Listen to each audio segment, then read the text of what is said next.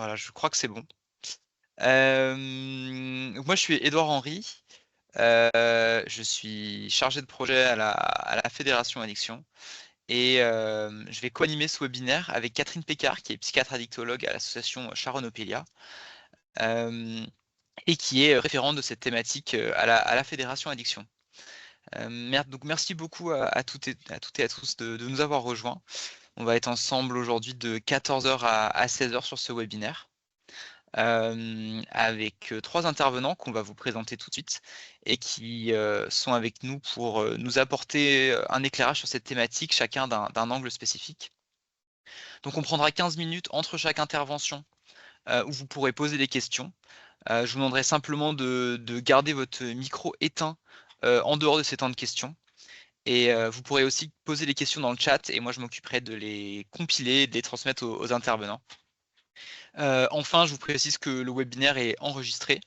L'enregistrement va vous être transmis à l'issue de la réunion, ainsi que toutes les ressources et supports qui ont été présentés.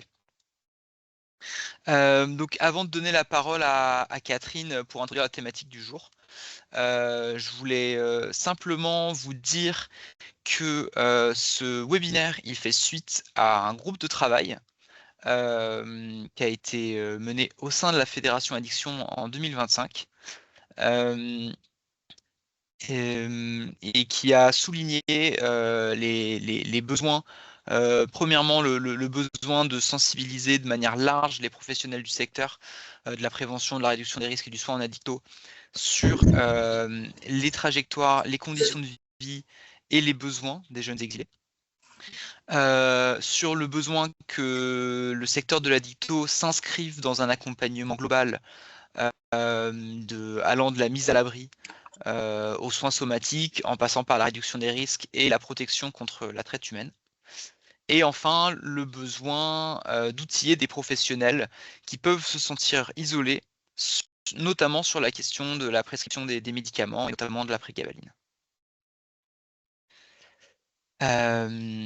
Et donc, ce webinaire est le premier d'une série de 3.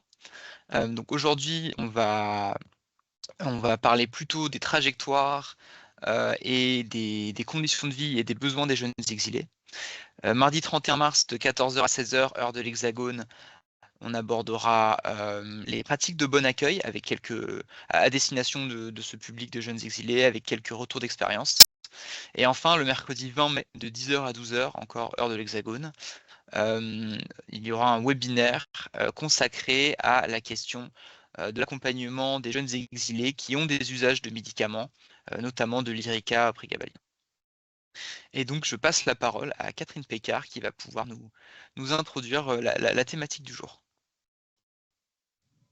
Oui, bonjour. Alors, pour vous dire que cette question nous agite à Sharon Opelia depuis quelques années maintenant, qu'on a réuni autour de la question de comment se débrouiller avec cette histoire de prégabalin, ce qui est un angle d'attaque très réducteur. Nous les approches par produit, c'est pas dans notre ADN, mais là on l'a fait forcé par le contexte et les circonstances.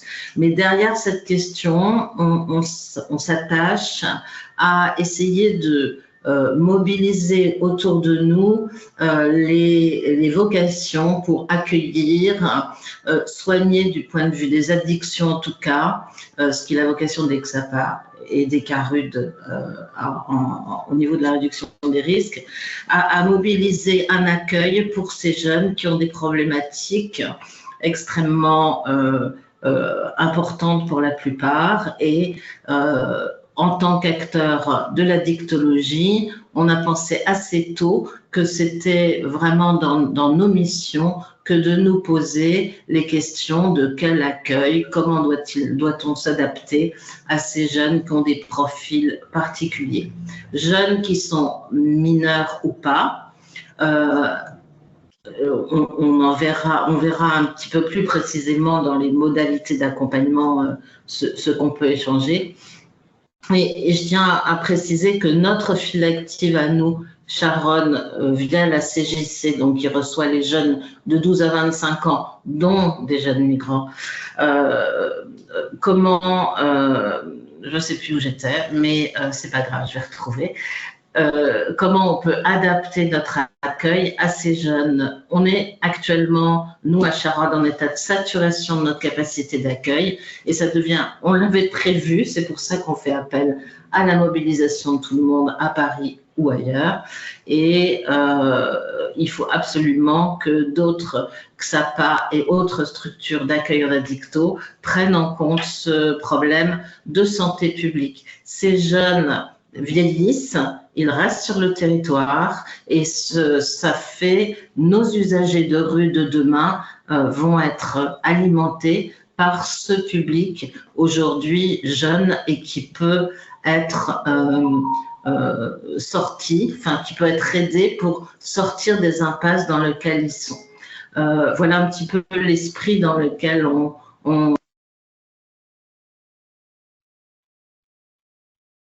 Alors, Catherine, ton micro vient de couper.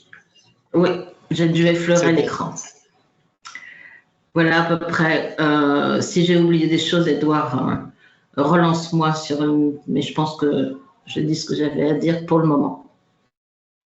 Non, je crois que c'est bon. Merci beaucoup, Catherine.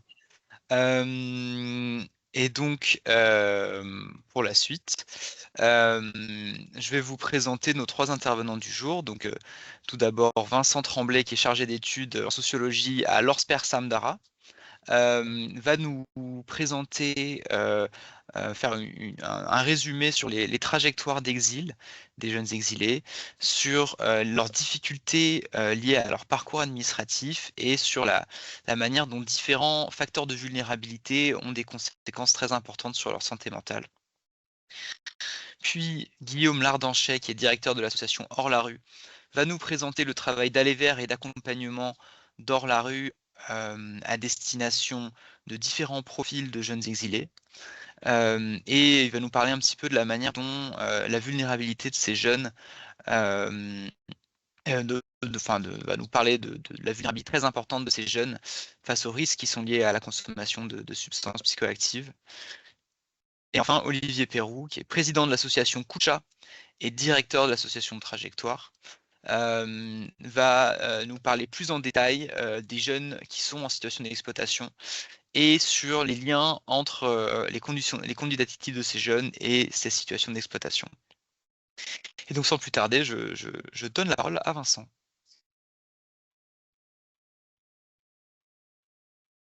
Super, merci, bonjour à toutes et à tous. Est-ce que je peux partager mon PowerPoint du coup, Edouard? Ou est-ce que tu le fais de ton côté? Ouais, alors, hop.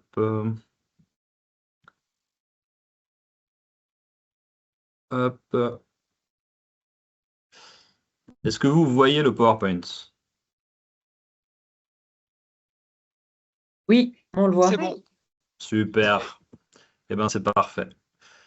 Eh ben déjà, merci beaucoup de m'inviter sur ce webinaire. Je suis très heureux d'être avec vous cet après-midi. Donc, je vais essayer, vous avez vu tous les petits points là, en 20, j'ai 20 minutes, c'est ça, Edouard, 20-25 minutes. Ça va un peu vite, mais l'idée, c'est quand même d'essayer de dresser un petit portrait rapidement de qui sont ces jeunes et quelles difficultés ils peuvent rencontrer sur le territoire.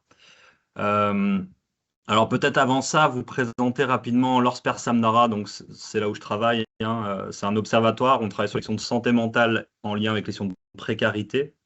On est une équipe pluridisciplinaire, on est basé à l'hôpital du Vinatier à Bron, juste à côté de Lyon.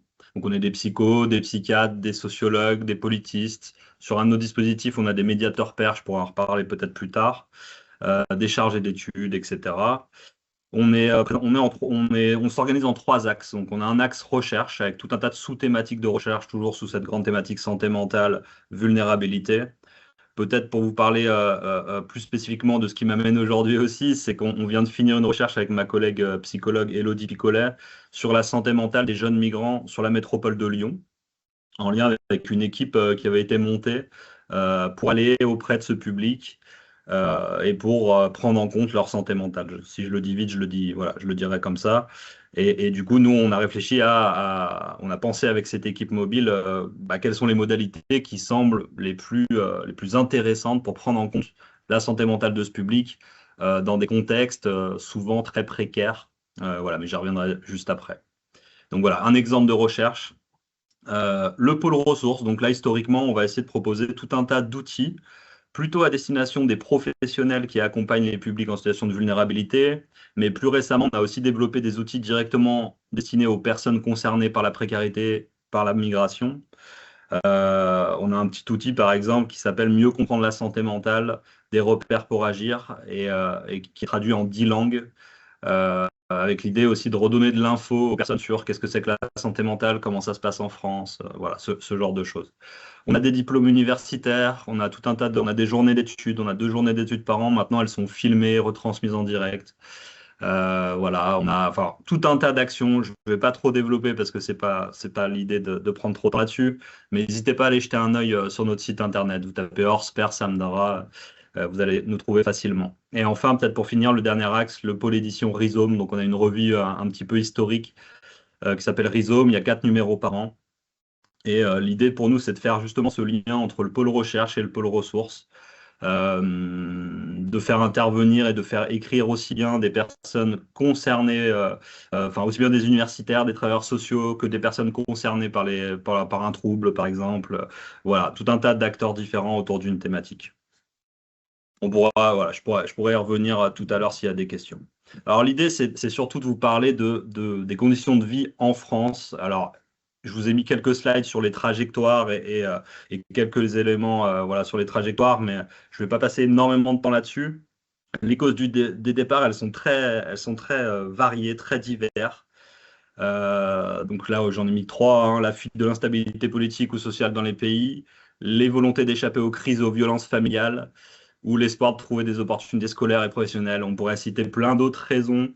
Moi, ce que je me suis rendu compte en faisant des entretiens avec les jeunes, c'est qu'il y a quasiment, alors effectivement, il y a des typologies qu'on peut retrouver, mais il y a quand même plein de raisons différentes, plein de contextes différents qui ont fait qu'à un moment donné, les personnes se sont dit qu'elles allaient partir de chez elles. Il y a des mineurs qui sont partis par choix, enfin, c'était leur choix quoi, que de partir, pour quitter un environnement qui était délétère pour eux. Il y a des mineurs qui ont effectivement plutôt été poussés par la famille pour partir, avec l'idée de trouver des opportunités professionnelles. Voilà, il y a tout un tas de contextes différents dans les pays d'origine. Là, je vous ai mis une petite cartographie qui vient du rapport de la mission mineurs non accompagnés, qui montre, alors ça ne concerne pas que les mineurs, ça ne concerne pas que les jeunes migrants, ça concerne toutes les personnes migrantes, mais les jeunes migrants prennent les mêmes routes que les adultes, hein, a priori, ou quasiment les mêmes routes. Vous voyez, par exemple, les personnes qui viennent de l'Afrique subsaharienne, Côte d'Ivoire, Guinée, ça va être le passage par Afrique centrale, Libye en général, puis souvent, très très souvent, Malte, Italie, voilà. Les personnes qui viennent du Maroc, Algérie, ça va plutôt être du côté de l'Espagne. Et voilà, après, il y a d'autres personnes qui viennent plutôt la route de la Méditerranée orientale. Voilà. Donc, différentes trajectoires. Alors, ce qui est intéressant de savoir, c'est il y a des statistiques là-dessus, mais il n'y en a pas tant que ça. En réalité, c'est un sujet qui n'est pas tant étudié que ça. Il y a quand même peu de ressources, globalement. On sait que le voyage vers l'Europe, notamment pour les personnes qui viennent d'Afrique, dure en moyenne 1 an et 2 mois. Donc c'est une moyenne. Il y a des personnes qui vont venir en avion. C'est peu connu, on n'en parle pas trop. Mais là, ça va être très rapide. Et il y a des personnes qui vont, le trajet migratoire peut durer 2, 3, 4 ans, 10 ans. Enfin voilà. Peut-être pas pour les jeunes migrants, mais pour certaines personnes migrantes, ça peut durer très très longtemps. Il y a Sarah, alors son nom est très dur à dire, Zibil, qui a fait sa thèse sur cette question-là de la migration des jeunes migrants et qui distingue 3 types de migration. Donc certains migrent avec un avion et arrivent directement dans le pays de destination. Elle parle de migration par relais. Donc il faut savoir qu'en fonction du budget que vous avez au départ, que les jeunes ont au départ, la migration va se faire dans des conditions plus ou moins bonnes, quoi. Et donc, cette migration par relais, c'est souvent une migration avec des passeurs. C'est le truc qu'on entend souvent, hein, qui est prévu, qui est anticipé dans le pays d'origine, avec des différentes étapes, comme ça, différents relais. Et où la famille ou le jeune a pu avancer une somme d'argent pour pouvoir sécuriser, entre guillemets, sa route migratoire. Sachant que sécuriser, on n'est jamais à l'abri de tout un tas de risques qui peuvent être présents sur la route. C'est pas parce qu'on a payé un passeur qu'il va rien nous arriver, bien sûr. Le passeur peut nous faire faux bond. Il y a plein de situations où les passeurs ont exploité d'une manière ou d'une autre les jeunes qu'ils accompagnaient. Enfin voilà, il y a tout un tas de risques quand même avec cette migration par relais, même avec une migration anticipée. Et après, il y a ce que le dernier axe, hein, c'est ce que Sarah appelle la route de la débrouille. Et donc là, c'est souvent des jeunes qui n'avaient pas de moyens, qui avaient ou peu de moyens, ou qui avaient peu anticipé leur départ, et du coup qui décident assez rapidement, voilà, sur un délai sans préparation, de partir. Et là, pour ces jeunes-là, il y a, comme vous l'imaginez, beaucoup plus de risques, étant donné que, et beaucoup plus aussi, c'est beaucoup plus long en général. Il y a des étapes, les jeunes vont travailler sur le chemin. Souvent, il y a de l'exploitation, souvent, il y a de l'exploitation de tout genre. L'hébergement contrepartie, ça peut être le travail, ça peut être sexuel, ça peut être... voilà. En tout cas, la route migratoire, elle présente tout un tas de risques très variés et très dangereuses, hein, pour des jeunes mineurs qui se lancent sur ces routes-là. Donc, il y a quelques chiffres, hein, l'OIM, l'Observatoire international des migrations, qui dit qu'il y a eu au moins 8 938 personnes mortes sur les routes migratoires dans le monde en 2024. Donc ça, c'est pas que les jeunes migrants, encore une fois. Ce chiffre, il est très, très sous-estimé parce qu'en fait, il y a tous les invisibles, hein, toutes les personnes qui vont être perdues en cours de route, enfin, qui vont disparaître en cours de route et dont on n'aura pas écho, quoi. Il y a un gros risque de séparation avec les proches lors du voyage. Alors souvent, les jeunes, ils partent avec des oncles, des tantes qui font office aussi de passeurs. Souvent, il y a des récits de séparation avec ces adultes pendant le trajet migratoire. Des fois, les jeunes partent avec des amis. Souvent, il y a aussi des pertes, donc soit des amis qui décèdent pendant la route, ou alors qui restent en Italie, alors que moi, je suis parti en France. Enfin, voilà. Beaucoup de séparation pendant le trajet. Et risque d'exploitation important, je vous l'ai déjà dit, mais on pourrait y revenir. Alors en fait, aujourd'hui, il y a très peu de données fiables qui permettent d'avoir une représentation précise du nombre de jeunes migrants qui sont présents en Europe. Alors on a une représentation des MNA, donc ceux qui sont reconnus mineurs. Et en même temps, tous les pays ne fonctionnent pas de la même manière pour comptabiliser ces jeunes, du coup, ce qui donne quelque chose quand même de très complexe à appréhender au niveau des chiffres. Donc Eurostat, là, en 2023, il parlait de 43 000 primo-demandeurs d'asile qui étaient des mineurs non accompagnés. J'y reviendrai juste après, mais il faut savoir que nous, par exemple, en France, les jeunes migrants, très peu font une demande d'asile. Je vous en parle juste après. Et enfin, je trouvais ça super intéressant de dire qu'il y a un risque très important aussi à l'arrivée en Europe. Souvent, on a une représentation, le trajet migratoire, les risques, ils se trouvent au pays sur la route. En réalité, il y a aussi énormément de risques sur une fois arrivé en Europe. Il y a une note d'un membre du service de recherche du Parlement européen qui évoque la disparition d'au moins 51 000, plus de 51 000 mineurs non accompagnés sur le territoire européen. Donc en fait, alors là-dedans, on met plein d'individus différents, plein de situations différentes. Il y a peut-être des gens qui sont arrivés, qui sont présentés à une institution quelconque et qui est parti dans un autre pays ou qui est retourné chez lui et dont on n'a pas trace. Mais il y a aussi probablement tout un tas de jeunes qui ont été exploités, envoyés ailleurs. Voilà. En tout cas, il y a un risque très important aussi sur le territoire européen. Pour ce qui concerne, je vais très vite là-dessus, mais pour ce qui concerne les mineurs non accompagnés, donc en fait c'est un statut, hein. En fait les jeunes quand ils vont arriver en France, s'ils se disent mineurs et non accompagnés, ils vont se présenter à un des services compétents, c'est le département qui fait les évaluations. Et donc, il y a une évaluation de est-ce que ce jeune, il est bien isolé et est-ce qu'il est bien mineur. Vous voyez, c'est le petit encart qui est en haut, hein. Vous aurez de toute façon le schéma dans le PowerPoint. Donc, en quoi consiste cette évaluation par les services des départements? Alors, une vérification des documents d'identité, sachant qu'il y a beaucoup de jeunes qui arrivent sans documents d'identité, parce qu'ils ont dû partir vite, parce que c'était compliqué de se les procurer dans leur pays, enfin, pour tout un tas de raisons différentes. Il va y avoir un entretien social d'évaluation, où des personnes vont évaluer l'âge du jeune. Enfin, est-ce que l'âge allégué, est-ce que l'âge que me donne le jeune, il semble cohérent avec sa manière d'être, avec sa manière de me répondre à de répondre à mes questions, etc., etc. Ça, c'est des entretiens qui sont assez critiqués parce que les critères sont au final assez flous. On se dit qu'en fonction de quel évaluateur il y a en face, ça va pas être le même ressenti, la même réponse. Et on ne peut pas s'empêcher de se dire aussi qu'il y a beaucoup de subjectivité là-dedans. Du coup, voilà, ces entretiens sociaux sont aussi critiqués. Et le dernier point, et s'il y a un doute, il peut y avoir, alors ça se fait de moins en moins. Nous, typiquement à Lyon, a priori, c'est très très rare.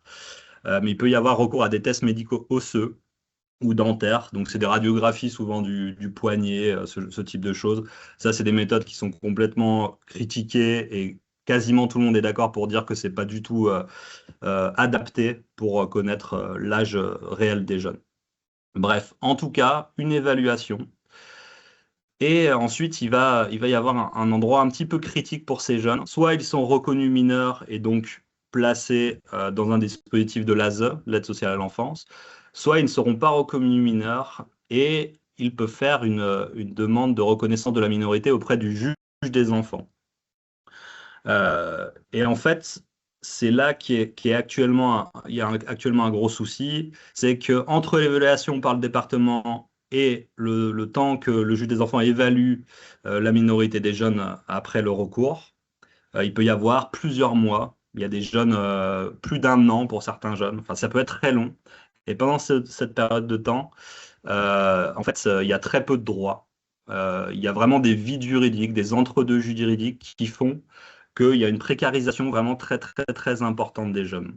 Ce qu'on appelle souvent vulgairement les ni-ni, vous savez, ni mineurs, ni majeurs. Donc il y a tout un tas de dispositifs, tout un tas d'institutions qui vont dire, bah non, cette personne-là, il est majeur, il ne relève pas de mon dispositif, ou l'inverse, cette personne, elle est mineure, elle ne relève pas de mon dispositif. C'est ce qu'on voit en psychiatrie, par exemple. Souvent, on se renvoie la balle entre la pédopsie et la psychiatrie adulte. Voilà, je ne peux pas prendre quelqu'un qui a l'air aussi vieux dans mon service avec des enfants, et inversement, je ne peux pas prendre quelqu'un qui fait aussi jeune dans mon service. Voilà. On se renvoie la balle. C'est qu'un exemple, la psychiatrie, mais il y a tout un tas de sphères de la vie des personnes où ça va fonctionner comme ça, et ce qui pose beaucoup de problèmes pour ces jeunes. Ouais, très très très rapidement, parce que j'aimerais bien, c'est la suite qui est importante surtout. Là, c'est les chiffres des mineurs reconnus mineurs, parce qu'en fait, c'est quasiment c'est les seuls chiffres fiables qu'on ait en réalité. Donc, c'est la mission Mineurs non accompagnés qui publie ces chiffres-là pour 2024. Et donc, en gros, il y a eu en 2024 13 554 placements de jeunes reconnus mineurs. Vous voyez qu'il y a une grande, il y en a beaucoup moins qu'en 2023. Ça montait beaucoup jusqu'en 2023. Il y en a moins en 2024. Peut-être s'il y a des questions là-dessus plus tard, je pourrais y revenir. Frontex, l'agence des gardes-frontières, et des gardes-côtes, ils disent qu'il y a eu 38% de moins d'arrivées illégales du public en 2024, ce qui expliquerait ces chiffres-là. Il y a sans doute d'autres facteurs d'explication, mais peut-être on pourrait y revenir. Et en plus là-dessus, j'ai pas tous les éléments d'analyse, mais et apparemment la tendance se confirme en 2025. C'est-à-dire qu'en 2025, il y aura a priori 10 000 jeunes placés. Donc voilà, ce qui pourrait impliquer moins d'arrivées, mais ce qui pourrait impliquer aussi qu'il y ait moins de reconnaissance de minorité pour ces jeunes, bien sûr. Très rapidement, les principaux pays, quasiment toutes les années, c'est la Guinée, Mali, Côte d'Ivoire, et ensuite Tunisie, Algérie. Voilà, ce qui est intéressant, bon, en grande majorité des garçons, plus de 91%. Même si ces dernières années, il y a de plus en plus de filles, quand même, des jeunes filles qui sont reconnues mineures. Et quelque chose de très intéressant aussi, c'est le nombre, c'est l'âge de ces jeunes quand ils sont reconnus. Ces jeunes sont de plus en plus jeunes. Vous voyez que, par exemple, les 17 ans et plus, en 2020, ça représentait 43% du total des jeunes. Et en 2024, ça ne représente plus que 19% du total des jeunes. Donc en fait, il y a un rajeunissement qui est vraiment très très important des jeunes reconnus mineurs. Donc pour les MNA en recours, donc vous savez, hein, c'est cette étape entre l'évaluation du département et l'évaluation du juge des enfants. Il y a cet entre-deux juridique qui crée une précarité très importante. C'est d'autant plus problématique qu'on sait qu'il y a énormément de jeunes qui seront au final reconnus mineurs par le juge des enfants. J'ai mis entre 50 et 80%, donc on sait qu'il y a certains départements où il n'y a quasiment aucune reconnaissance et d'autres départements où il y a quasiment 100%. J'ai mis entre 50 et 80 parce que les moyennes se tournent autour de 60% a priori. Et nous, sur les seuls chiffres qu'on a réussi à avoir de fiables sur la métropole de Lyon, pour 2022, il y avait 79% des jeunes qui font un recours auprès du juge des enfants qui sont au final reconnus mineurs. Ce qui pose énormément de questions, hein, ces chiffres-là, parce qu'on se dit, donc on a mis dans des situations de précarité très très importantes des jeunes qu'on va à la fin reconnaître comme des enfants, ce qui est extrêmement problématique et questionnant. La thématique de l'hébergement, hein, qui est une très très grosse thématique, et c'est là qu'on voit que la précarité est sans doute la plus criante.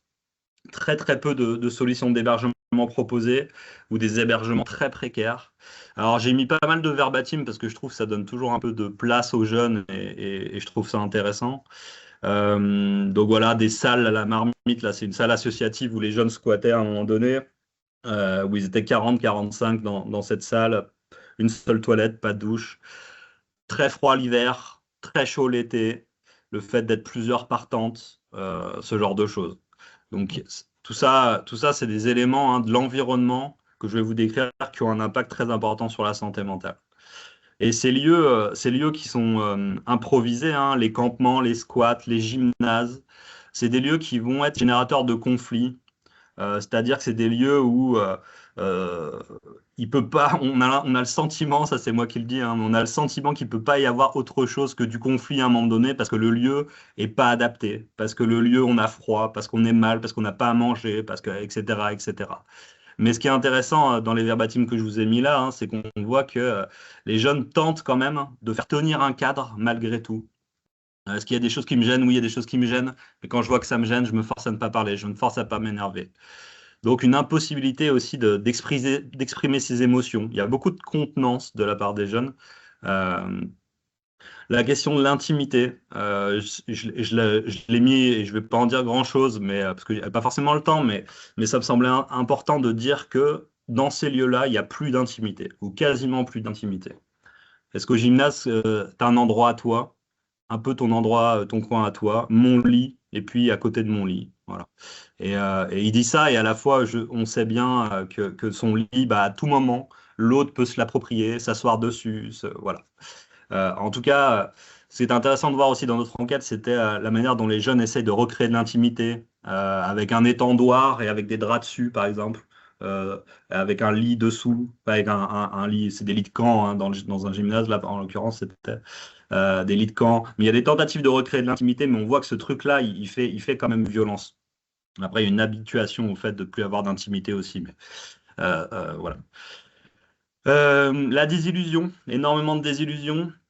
Ce jeune-là, pareil, qui arrive dans un gymnase, qui dit « je m'attendais pas à ça, en fait ». Mes larmes ont commencé à couler parce que je voyais des lits, vraiment, vraiment, vraiment, vraiment, vraiment. Il y a pas, je m'attendais pas à ça en France, ici. Mes larmes ont commencé à couler, j'ai serré mon cœur.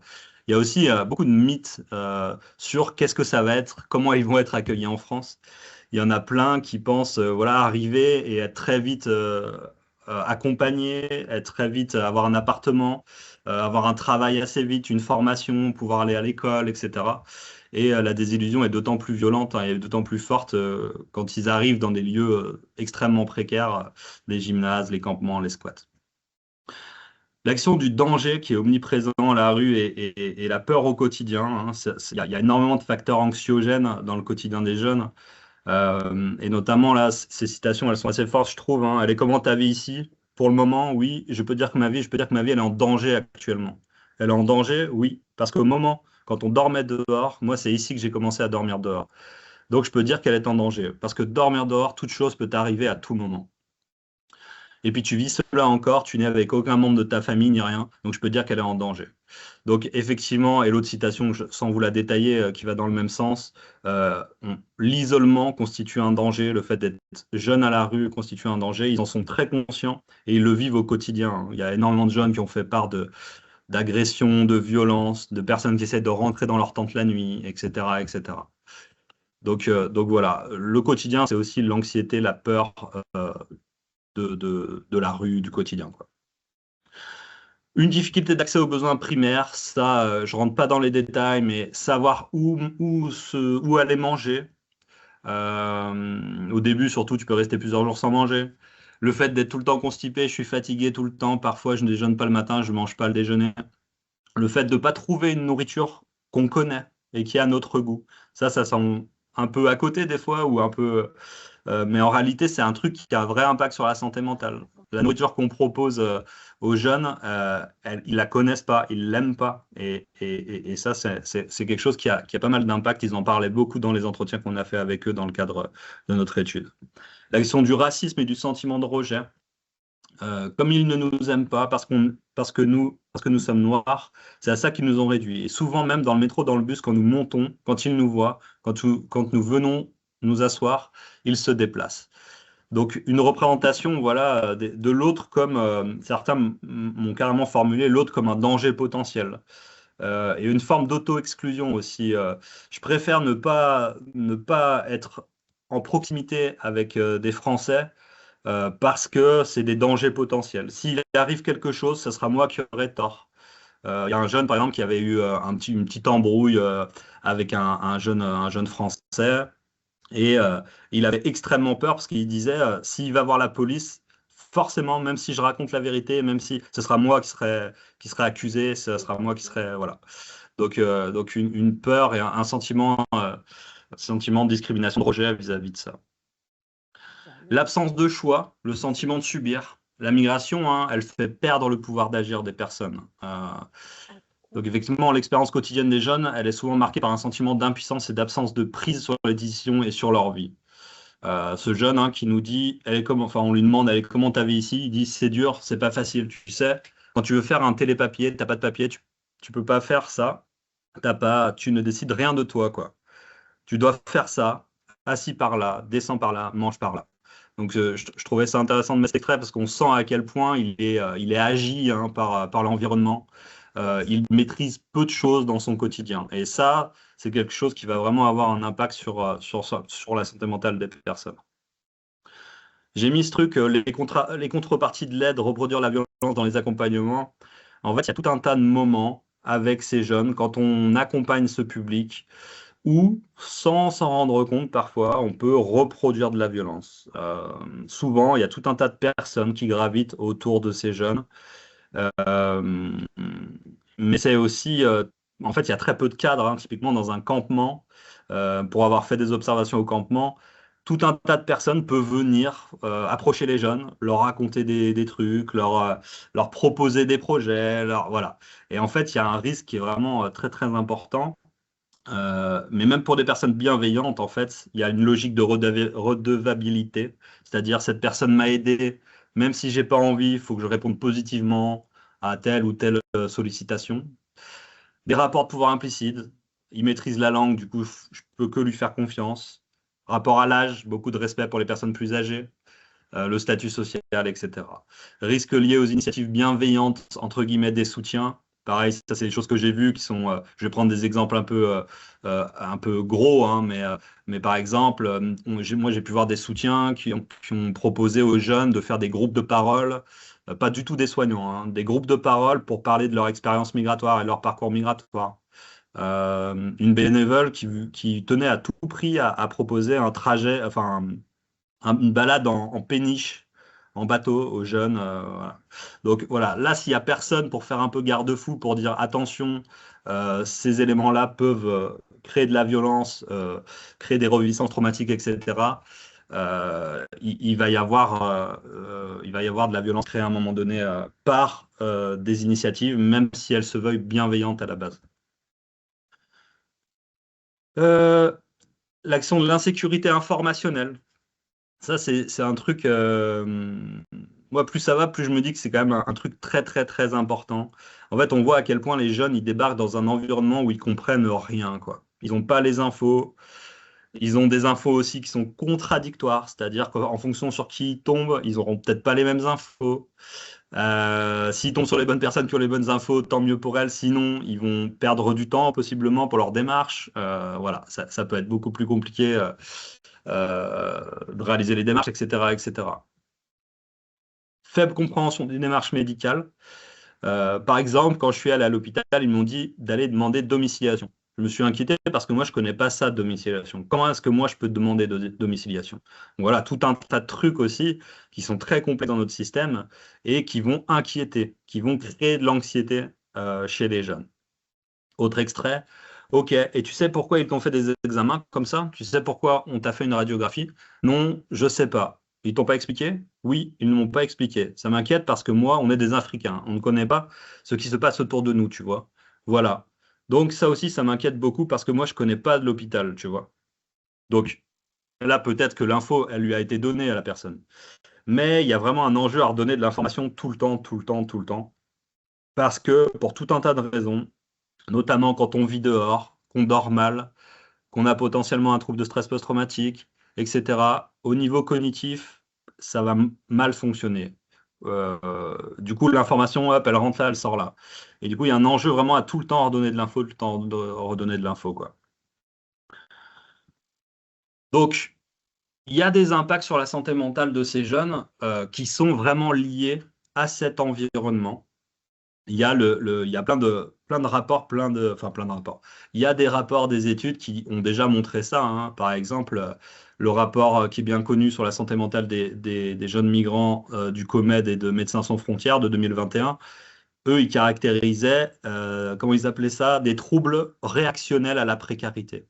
Donc, c'est bien l'environnement qui va créer le trouble. Et nous, dans notre rapport, on a caractérisé, et c'est ma collègue Élodie Picolet, hein, qui est psychologue, qui a caractérisé ces trois éléments-là notamment, mais qu'on retrouve dans la littérature scientifique, hein, et dans la psychopathologie de ces jeunes-là, des environnements qui sont anxiogènes, dépressogènes et traumatogènes. Anxiogènes, exemple, je suis stressé, souvent je ne sais pas quoi faire. Quand est-ce qu'ils vont m'accepter, tout ça? Donc ça fait que ça me met aussi dans des étapes pas possibles. Je me demande, mais comment je vais faire pour être pris en charge? Comment je vais aller à une formation, avoir du travail? Parce que ça m'arrive même d'aller m'asseoir seul, de parler seul, et si ça continue comme ça va finir par s'aggraver, si on ne trouve pas vite une solution. Voilà, donc ces questions administratives, notamment, elles vont avoir un impact très important, elles vont être très anxiogènes pour ces jeunes. Et en plus de ça, l'environnement, globalement, ce qu'ils vivent au quotidien est anxiogène. Où est-ce que je vais pouvoir trouver à bouffer? Où est-ce que je vais dormir? Etc., etc. Tout ça est très anxiogène. L'environnement, il est dépressogène. Moi, il y a quelque chose qui m'interroge par rapport aux démarches administratives, parce qu'il y a des blocages. Depuis que moi, je suis arrivé ici, il n'y a rien qui marche. Du coup, je me pose la question de comment je fais pour que ça avance. Je fais des efforts, mais ça aboutit à rien, quoi. Et là, parfois, ça me donne même un sentiment de désespoir, parce que la situation, elle est un peu difficile à vivre. Tu es là, tu es bloqué, il n'y a rien qui bouge. Donc voilà, beaucoup de désespoir. Là, ça, c'était un jeune, en plus, c'était assez hallucinant parce que lui, il est dans plein d'assauts. Il a fait un bac pro. Il donne des cours de français à des jeunes français. Enfin, c'est assez dingue. Et en fait, il a plein de propositions d'embauche, plein de propositions je sais plus comment on appelle ça, d'apprentissage. Mais tout est bloqué parce qu'il n'a pas de papier, quoi. Et là, moi, les dernières fois que je le voyais, il était vraiment ultra abattu et très très mal vis-à-vis de ça, en mode vraiment désespoir en fait. Je ne sais plus quoi faire, ça ne marche pas. Et enfin, traumatogène, avec tout un tas de violences, d'agressions qui peuvent se passer à la rue, hein. Il a fait sortir un couteau, il l'a poignardé, c'est pas bon, il l'a poignardé 2 fois. Nous aussi, il fait des recours comme nous. C'est un jeune qui vivait au gymnase, voilà. Donc c'est pas facile, ça commence à nous inquiéter beaucoup. Donc tout un tas d'événements traumatiques, traumatogènes dans le quotidien. Oui, je dis traumatique, c'est peut-être pas le bon mot, mais il y a des événements qui peuvent être traumatiques.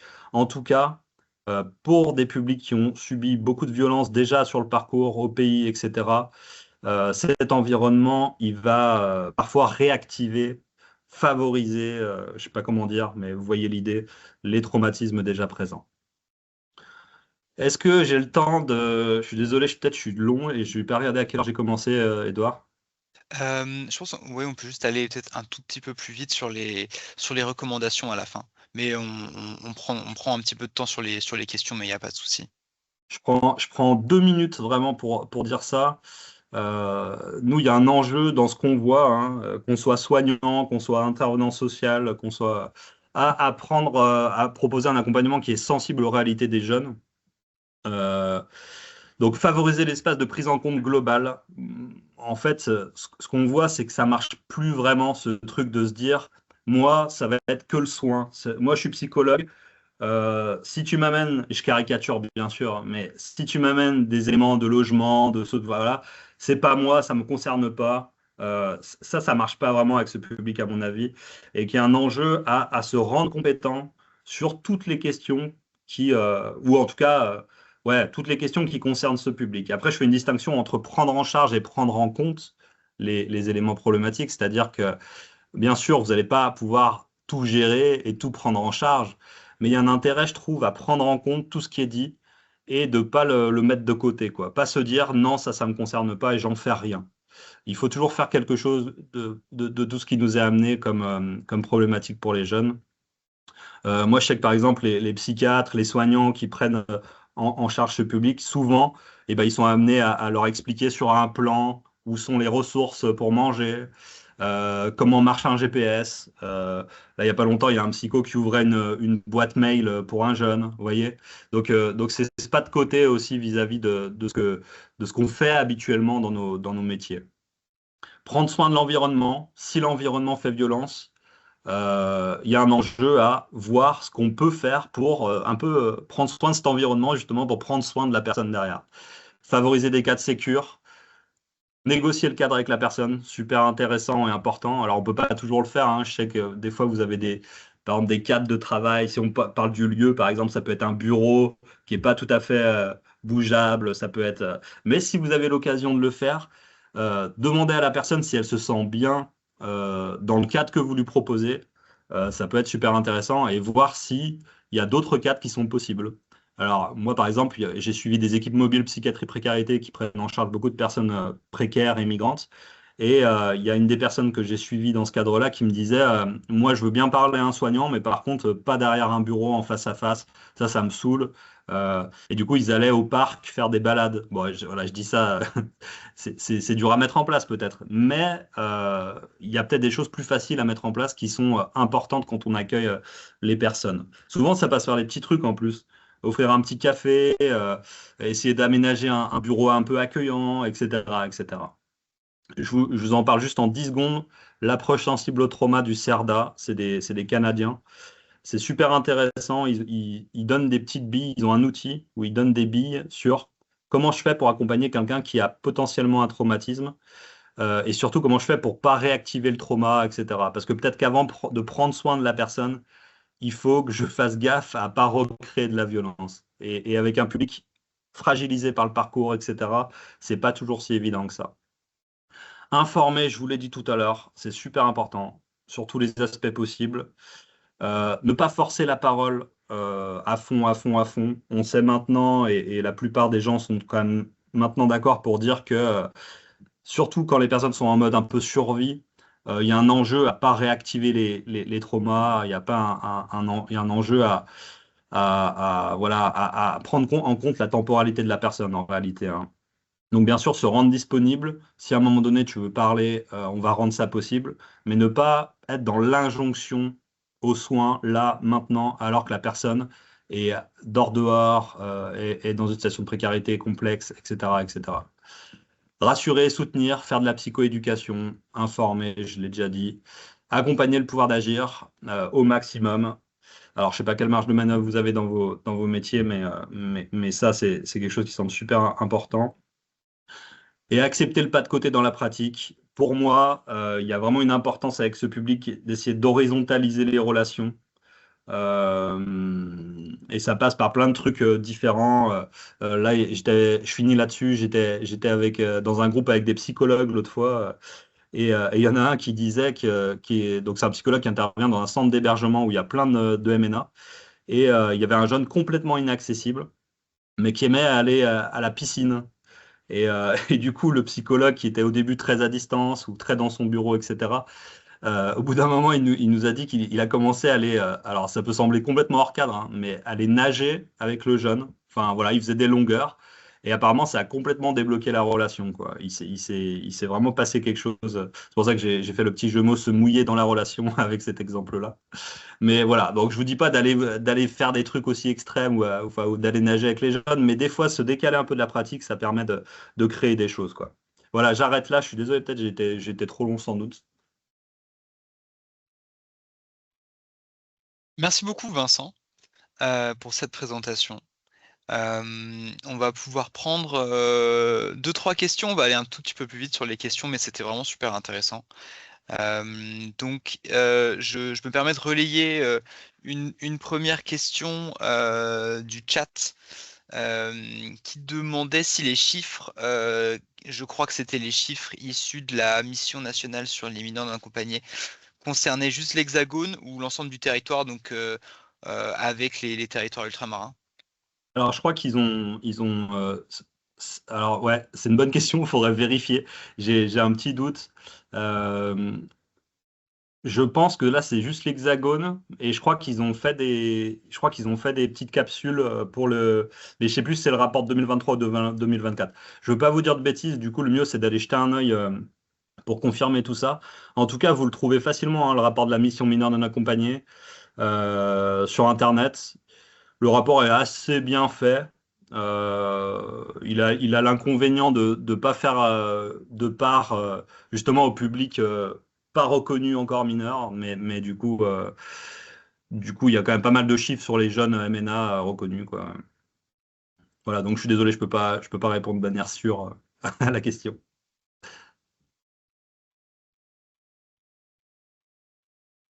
Merci. Est-ce qu'il y a d'autres questions? Vous pouvez lever la main et puis je. Oui, Catherine. Voilà, je me demandais, c'est un peu une ouverture que cette possibilité j'ignorais cette possibilité de demander une reconnaissance de minorité au juge pour enfants, c'est peut-être pas le bon vocabulaire, mais bon, il y a un recours du côté du juge pour enfants, et je me demandais si ces juges pour enfants sont souvent des personnes qui peuvent être militantes, enfin. Est-ce qu'il n'y aurait pas quelque chose à solliciter de la part du syndicat des juges pour enfants qui ne doit pas exister, mais enfin du syndicat de la magistrature, enfin un positionnement global sur ces situations effectivement qu'on perçoit bien comme dramatiques et génératrices de dommages pour les jeunes, mais aussi pour la société. Ouais, alors, moi, je suis vraiment pas expert de ces questions juridiques, mais en réalité, s'il y a enfin moi, comment j'analyse le fait, vous savez, je vous ai dit qu'il y avait un écart très important entre les départements, typiquement du reconnaissance de minorité par les juges. Je sais, moi, typiquement sur Lyon, là où on a fait l'enquête, et en fait, déjà, non, déjà dire que tout ça est très, très, comment dire, on a peu d'infos en fait sur comment ils fonctionnent les juges, sur quoi ils se basent exactement pour prendre leurs décisions. Alors normalement, et beaucoup d'entre eux se basent sur les papiers d'identité qui arrivent dans un second temps et qui va leur permettre de dire oui, non, voilà. Donc ils se basent aussi sur ce dont se base bien sûr le département pour évaluer. Après, moi, je sais que c'est des avocats qui m'ont dit ça, hein, donc des gens qui ont l'habitude d'accompagner, que certains juges sont, disons, très favorables à l'accueil de ce public globalement. Donc c'est une position politique, hein, je pense, hein, il n'y a pas d'autre mot. À l'accueil de ce public sur notre territoire, et d'autres très défavorables. Et du coup, ça donne ce qui est complètement horrible, hein, parce que du coup, une instance qui est censée être impartiale, ou en tout cas se baser sur des critères de justice, etc., et ben, a priori, en tout cas, nous, notre enquête, ce qu'on a vu, c'est qu'il pourrait y avoir de la subjectivité là-dedans, hein, de l'opinion politique. Et nous, on a eu des retours, par exemple, de rencontres entre les juges et les jeunes qui sont très très mal passées avec des propos des juges assez choquants, disons. Voilà, j'en resterai là, mais voilà, effectivement, c'est une très bonne question. Et comment on équilibre tout ça au niveau de la justice, ça, je ne sais pas. C'est une question qui me dépasse, hein, mais en tout cas, oui, il y a un traitement inégalitaire, je pense, en fonction de sur quel juge vous tombez. Je pense que ça, c'est une réalité. Après, je pense qu'il ne faut pas tomber complètement non plus comment on dit ça, enfin, voilà, faut pas non plus se dire que tous les juges sont. Je pense que la majorité des juges sont quand même assez bienveillants et vont se baser quand même sur des critères un peu objectifs, c'est-à-dire est-ce que j'ai des papiers qui semblent euh, vrais, enfin véridiques, etc. Sachant que les papiers, c'est la police aux frontières, hein, qui fait de la vérification des documents d'identité. Je pense que la majorité des juges, d'ailleurs, ils se basent là-dessus. Si la police aux frontières dit oui, les documents d'identité semblent cohérents, le juge dit oui. Et voilà, je pense qu'il ne faut pas aller chercher trop loin à ce niveau-là. Mais je sais qu'il y a des juges qui sont défavorables à l'accueil de ce public en France, quoi, pour le dire vite. Merci beaucoup. Alors, s'il n'y a pas d'autres questions, je propose qu'on enchaîne avec l'intervention de Guillaume Lardanchet. S'il y a d'autres questions qui vous viennent à la suite, vous pourrez les poser aussi après les autres interventions. Puisque voilà, nos thématiques se recoupent un petit peu forcément, donc voilà, il n'y a pas de souci, vous pouvez les garder aussi pour tout à l'heure. Et les poser dans le chat, j'en prends bien note et je les transmets. Donc merci beaucoup Vincent pour cette présentation. J'enchaîne. Édouard? Ouais. Ok, Je t'en bonjour prie. à toutes et à tous. Merci beaucoup pour cette invitation. Alors, je précise que je remplace un peu au pied levé ma collègue Mathilde Archambault, qui avait été invitée initialement et qui est malheureusement malade. Donc, je vais essayer de la suppléer de la meilleure des manières. Merci pour les propos, enfin la présentation de Vincent. Je pense que c'était très, très riche et très clair et ça va nous permettre de faire aussi un petit pas de côté sur cette question des jeunes exilés pour parler peut-être de jeunes qui sont à la fois moins visibles, mais quand même bien présents dans les imaginaires politiques et médiatiques quand on parle de ces sujets-là. À savoir des jeunes mineurs, étrangers, non accompagnés ou non, mais qui sont peut-être dans des dynamiques plus complexes dues à leur parcours migratoire. Je vais développer un petit peu tout ça. J'ai eu le temps de mettre quelques slides en forme que je vais essayer de vous partager. Hop, pour supporter mon propos. Donc, je vais commencer par vous présenter Hors la rue. Pardon, excusez-moi, je me bats avec mon ordinateur. Hop, donc Hors la rue, qui est une association que je dirige, qui est basée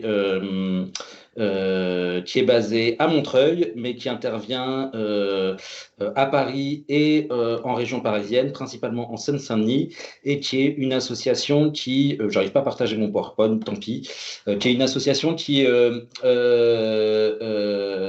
vise à repérer et à accompagner les mineurs étrangers en danger les plus éloignés des dispositifs de protection.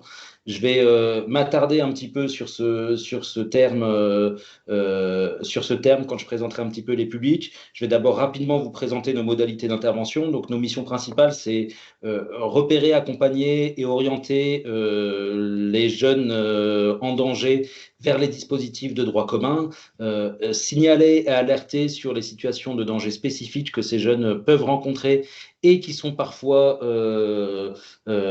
ignorées ou maltraités par les institutions qui ont pourtant une mission de protection de ces jeunes, et aussi encourager le travail partenarial autour de situations souvent complexes et qui nécessitent des interventions spécialisées à différents endroits au sein de parcours, comme on va essayer de le voir, qui sont souvent marqués par une grande fragmentation et des allers-retours, j'ai envie de dire tant physique que psychique, entre des parties du territoire français et européen, mais aussi des moments d'adhésion et des moments de rupture avec une prise en charge quelle qu'elle soit au titre de la protection de l'enfance ou qu'elle soit aussi au titre d'un suivi médical. L'objectif, c'est bien de permettre une orientation progressive puis pérenne vers la protection, mais je dirais on a aussi un objectif plus modeste, compte tenu des situations qu'on rencontre, c'est aussi permettre, offrir, ou en tout cas proposer des moments de répit aux jeunes dans leur parcours d'errance, dans les parcours dans l'exposition aux violences auxquelles, qui caractérisent un petit peu leur parcours, et profiter de ces moments de répit pour outiller les jeunes sur des outils, sur de la prévention à multiples facteurs, ou sur de la prise de conscience tout simplement des dangers auxquels ils sont confrontés. On souhaite aussi que ces sujets-là, qui sont souvent maltraités par les institutions et aussi dont on parle mal dans le débat public, soient mieux pris en compte.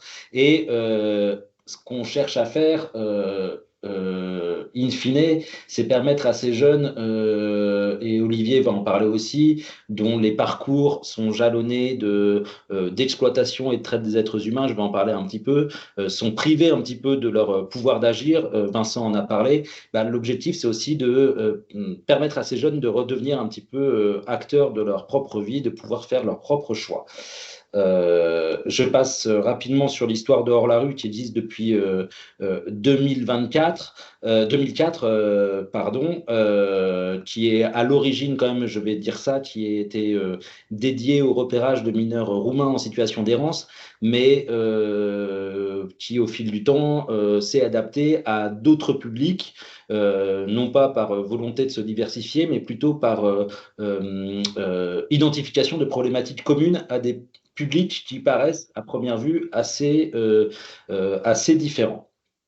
Donc, je parlerai plus tard des publics, mais j'en parle maintenant, pardon, juste pour vous dire que même si on est un petit peu identifié comme intervenant auprès de mineurs étrangers en danger, comme je l'ai dit, de plus en plus, on se rend compte qu'accompagner des mineurs en France, des mineurs étrangers en France aujourd'hui, on se heurte souvent au mur de la majorité, et que le passage à la majorité est bien souvent synonyme d'exclusion, de nouvelles exclusions vécues par ces jeunes. Donc, de plus en plus, nous accompagnons les jeunes après leurs 18 ans, à partir du moment où nous les avons accompagnés lorsqu'ils étaient jeunes, lorsqu'ils étaient mineurs. Nous faisons une exception avec des jeunes filles qui sont des jeunes filles françaises. C'est une double exception dans notre définition de public, puisque nous avons remarqué depuis quelques années une augmentation de la visibilité de jeunes filles en errance, notamment sur les lieux d'errance des publics de jeunes étrangers, souvent avec des jeunes filles qui peuvent s'affilier à des groupes de mineurs et de jeunes majeurs étrangers, et de jeunes filles qui ont pu par le passé revendiquer, se déclarer de nationalité étrangère, mais qui se sont révélées de nationalité française, et des jeunes filles qui vivent une errance sur le territoire français et européen, et une errance qui les amène à vivre des épisodes traumatiques et à être exposés à de multiples dangers qui finalement sont assez comparables à certains points de vue à ce que peuvent vivre certains jeunes sur les routes de l'exil. Donc on a fait le choix de travailler avec ces jeunes filles, bien que françaises, et bien que parfois repérées jeunes majeures, puisque pour les jeunes filles françaises, le passage à la majorité n'a pas du tout le même impact que pour des jeunes étrangers. On en a parlé avec les questions de régularisation et de situation administrative. Donc ces jeunes que nous accompagnons sont très éloignés du droit commun, c'est-à-dire qu'ils n'ont soit par stratégie, soit par manque de ressources, pas les informations ou pas le projet d'aller s'adresser aux structures de protection de l'enfance. Ils sont généralement non demandeurs de protection, c'est-à-dire qu'ils n'ont pas de demande pérenne de protection. Ils peuvent avoir des demandes ponctuelles d'accès aux soins ou d'accès à un hébergement, mais ils se distinguent peut-être du public dont on a parlé précédemment par cette absence d'inscription dans le long terme dans une prise en charge au titre de la protection de l'enfance.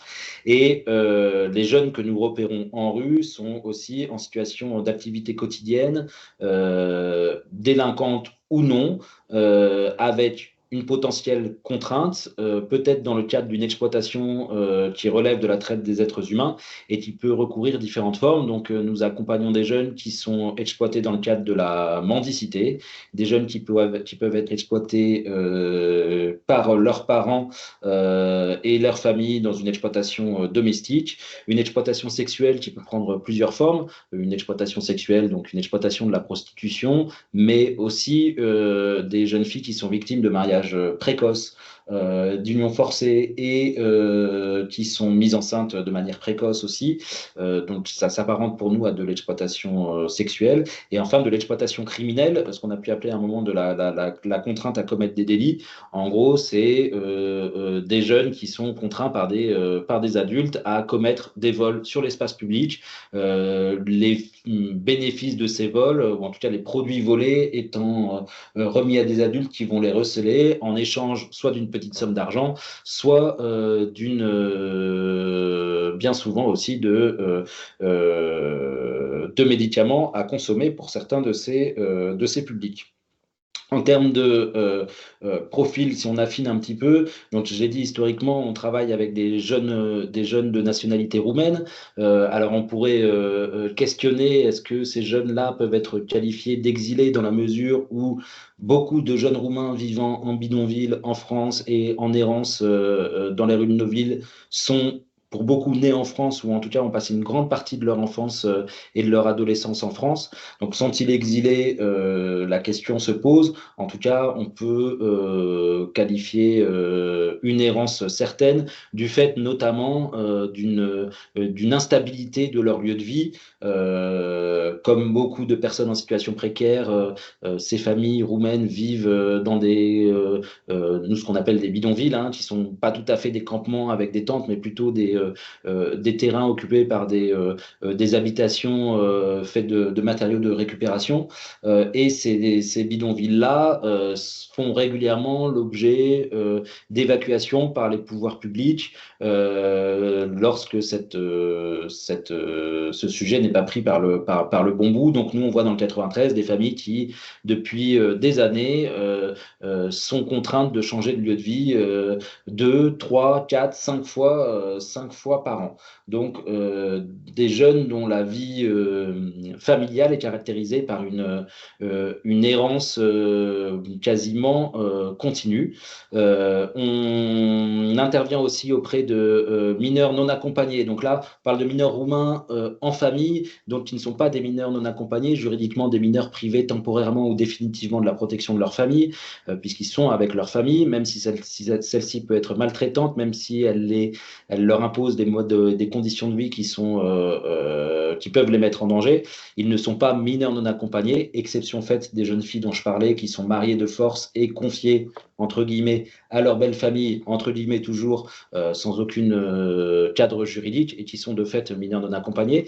Mais on a à côté aussi de ces jeunes Roumains, et en marge des situations dont parlait Vincent, des mineurs non accompagnés de nationalité généralement algérienne et marocaine, et tunisiennes également dans certains territoires. Nous, on les voit moins à Paris, les jeunes Tunisiens, mais qui sont de véritables mineurs sans protection de leur famille sur le territoire français, mais qui ne vont pas, de prime abord, s'adresser au dispositif d'évaluation de la minorité et de l'isolement. Il y a plusieurs raisons qui peuvent expliquer cette absence de présentation au service de protection de l'enfance pour être mise à l'abri. C'est tout d'abord un parcours ou un projet migratoire qui les amène, qui a pour objectif un autre pays. C'est le cas de beaucoup de jeunes qu'on retrouve dans le Calaisis, dont l'objectif est d'aller en Angleterre. Donc, il y a une vraie stratégie d'évitement de la protection de l'enfance pour éviter d'être bloqué en France. Mais on voit aussi des jeunes, c'est le cas de jeunes marocains qui sont pris en charge au titre de la protection de l'enfance en Espagne et qui, une fois cette prise en charge obtenue, sont attirés sur les routes de l'errance par des tiers et par des récits ou par la croyance que à Paris et dans d'autres villes d'Europe, il est facile de gagner de l'argent avant de retourner peut-être bénéficier de la prise en charge en Espagne et de conditions de régularisation plus favorables en Espagne. C'est un peu différent pour les jeunes Algériens, mais je pense que Olivier Perrou en parlera aussi dans son propos. Les jeunes Algériens viennent s'installer en France, mais ce sont des jeunes qui, comme les jeunes, enfin, qui rentrent plus dans les statistiques qui ont été présentées précédemment, donc des jeunes qui peuvent s'adresser à la protection de l'enfance, mais qui vont avoir là aussi des difficultés à tenir le cadre de la protection de l'enfance. Il faut savoir que tous les mineurs non accompagnés, reconnus comme tels par les départements, sont répartis sur le territoire français et que bien souvent cette répartition qui est décidée par la cellule de la PJJ qui édite le rapport qui a été cité, ces orientations dans d'autres départements ne sont pas forcément faites en accord avec le mineur et parfois, notamment pour les jeunes Algériens, elles viennent contredire un projet d'installation sur un département ou sur une ville où il y a des affiliations communautaires assez fortes et souvent les jeunes donc fuguent de leur prise en charge d'un département extérieur à l'Île-de-France ou aux grandes métropoles pour retourner en errance sur les métropoles et c'est là où nous pouvons nous aussi les accompagner. Il y a aussi d'autres jeunes Algériens qui ne tiennent même pas la prise en charge, mais on va en parler du fait notamment d'implication dans des phénomènes de traite des êtres humains. Et enfin, les jeunes filles en errance dont j'ai parlé un petit peu, et je vois que le temps passe, donc je vais accélérer pour vous dire une dernière chose, que nous sommes une équipe pluridisciplinaire composée d'éducateurs, de psychologues, d'une art thérapeute, d'une médiatrice en santé, de chargés de mission de lutte contre la traite des êtres humains qui allons au quotidien au devant des jeunes dans la rue, donc c'est du milieu très ouvert, j'ai envie de le dire comme ça, avec cette volonté de se faire connaître, reconnaître et accepter par des jeunes dont les stratégies sont parfois l'évitement des institutions et que le travail, outre le travail d'accompagnement, de renforcement de compétences psychosociales, etc., dont j'ai parlé un petit peu, il est aussi de leur permettre d'accéder à la protection, aux soins et aussi aux droits de différentes manières. C'est parfois des jeunes qui ont des problèmes avec la justice, commettant des délits, ils peuvent être convoqués devant le tribunal pour enfants, ils peuvent avoir des rendez-vous à la protection judiciaire de la jeunesse, mais parfois ils ont la volonté d'éviter ces convocations sans avoir forcément les informations quant aux risques qu'ils peuvent courir si ils ne se rendent pas à certaines convocations. Et aussi, tout simplement, parfois, ils ne savent pas se rendre au tribunal ou ils ne sont pas en mesure de savoir l'heure, le jour à laquelle ils doivent se rendre à telle ou telle convocation. Donc, notre rôle aussi comme un peu un fil rouge entre les institutions et les jeunes, pour ce qui est en tout cas de l'institution judiciaire, mais il y a aussi une dimension d'accès au droit pour que ces jeunes soient aussi reconnus en tant que victimes, et c'est assez important. Ce sont des jeunes dont les parcours traumatiques sont souvent dissimulés par des troubles du comportement, des actes de délinquance commis et un sujet qui va vous intéresser, aussi des consommations intenses de substances psychoactives et notamment de la prégabaline, mais également des benzodiazépines et du rivotril qui impactent aussi la capacité de ces jeunes à tenir des prises en charge et, je peux le dire autrement, qui mettent en difficulté aussi les structures de protection de l'enfance qui ne savent pas accueillir des jeunes avec de telles conduites addictives et de telles dépendances. Ceci étant dit, Je voulais prendre un temps, je sais qu'Olivier va en parler, sur la question de la traite des êtres humains, puisque ça a été évoqué par Vincent, mais je pense qu'il faut bien avoir en tête aujourd'hui que il y a en gros les 15 à 20 000 mineurs nouvellement pris en charge chaque année par les conseils départementaux ou suite à une saisine du juge des enfants qui adhèrent à la protection et qui finalement, si tout se passe bien, et ce n'est pas toujours le cas, vont pouvoir accéder à l'école, à une formation, à un hébergement et aux soins, et vont pouvoir, pour une partie d'entre eux, non négligeables, avoir des parcours tout à fait exemplaires. Et ça concerne quand même un nombre important de jeunes, même si c'est des jeunes qui seront marqués à vie par leur parcours migratoire et notamment leur arrivée en France. Il y a ces jeunes dont on a parlé aussi qui sont en demande de protection, mais dont la minorité est contestée et par le conseil départemental et aussi au final par le juge des enfants, qui s'inscrivent finalement dans les parcours des personnes sans titre et qui se retrouvent sans papier, pour le dire vulgairement. Et on a aussi donc une minorité de jeunes qui échappent un petit peu à ces deux catégories, et c'est cela dont on s'occupe à Hors-la-Rue. Et ce qu'on remarque dans notre clinique depuis une vingtaine d'années, c'est que des situations d'emprise et d'exploitation sont souvent à l'origine ou en tout cas un facteur explicatif de l'absence de demande de protection. Donc, je voulais vous faire un petit topo rapide en espérant ne pas entamer la présentation d'Olivier Perroux sur la traite des êtres humains. Donc, la traite des êtres humains, c'est une forme de criminalité qui peut être nationale et transnationale. Généralement, quand on parle de traite des êtres humains, on a une vision de passage de frontières, d'organisation pour faire venir des personnes dans un pays pour qu'elles soient exploitées. Non, il n'y a pas besoin de passer des frontières pour commettre un crime de traite des êtres humains. Ça peut se faire même très, très facilement en France. C'est une forme de criminalité qui génère des profits de l'ordre de 150 milliards de dollars par an. Pardon. Donc, c'est une forme de criminalité qui est, dont les profits sont en augmentation et dépassent certaines formes de criminalité et se retrouvent en haut, dans le top 3 un petit peu des formes de criminalité qui génèrent le plus de revenus. Et on estime, toujours selon l'ONU, que 25 millions de personnes seraient concernées dans le monde, principalement des femmes et des enfants. Donc, on ne parle pas d'un phénomène microscopique, exceptionnel. On parle vraiment d'un phénomène qui tend, selon nous, à se développer et qui, en France, a une vraie existence qui touche des femmes, des enfants, des hommes aussi, qui soient français ou étrangers, ressortissants européens ou extra-européens, bref, qui n'a pas tellement de frontières en ce sens. C'est une infraction qui est mal connue, très peu utilisée par les tribunaux parce qu'elle est un petit peu complexe à qualifier. Et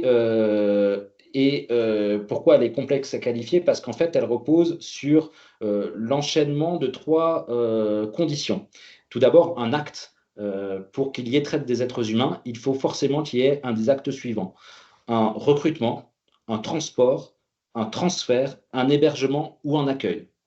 Donc, s'il n'y a pas un de ces 5 actes, il n'y aura pas de traite des êtres humains.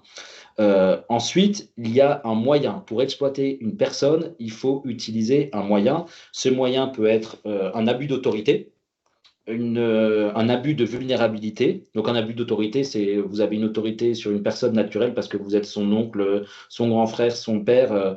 Vous abusez de cette autorité dans le cadre de la traite. Vous pouvez abuser de la vulnérabilité d'une personne parce qu'elle est handicapée, parce qu'elle est mineure, parce qu'elle est enceinte.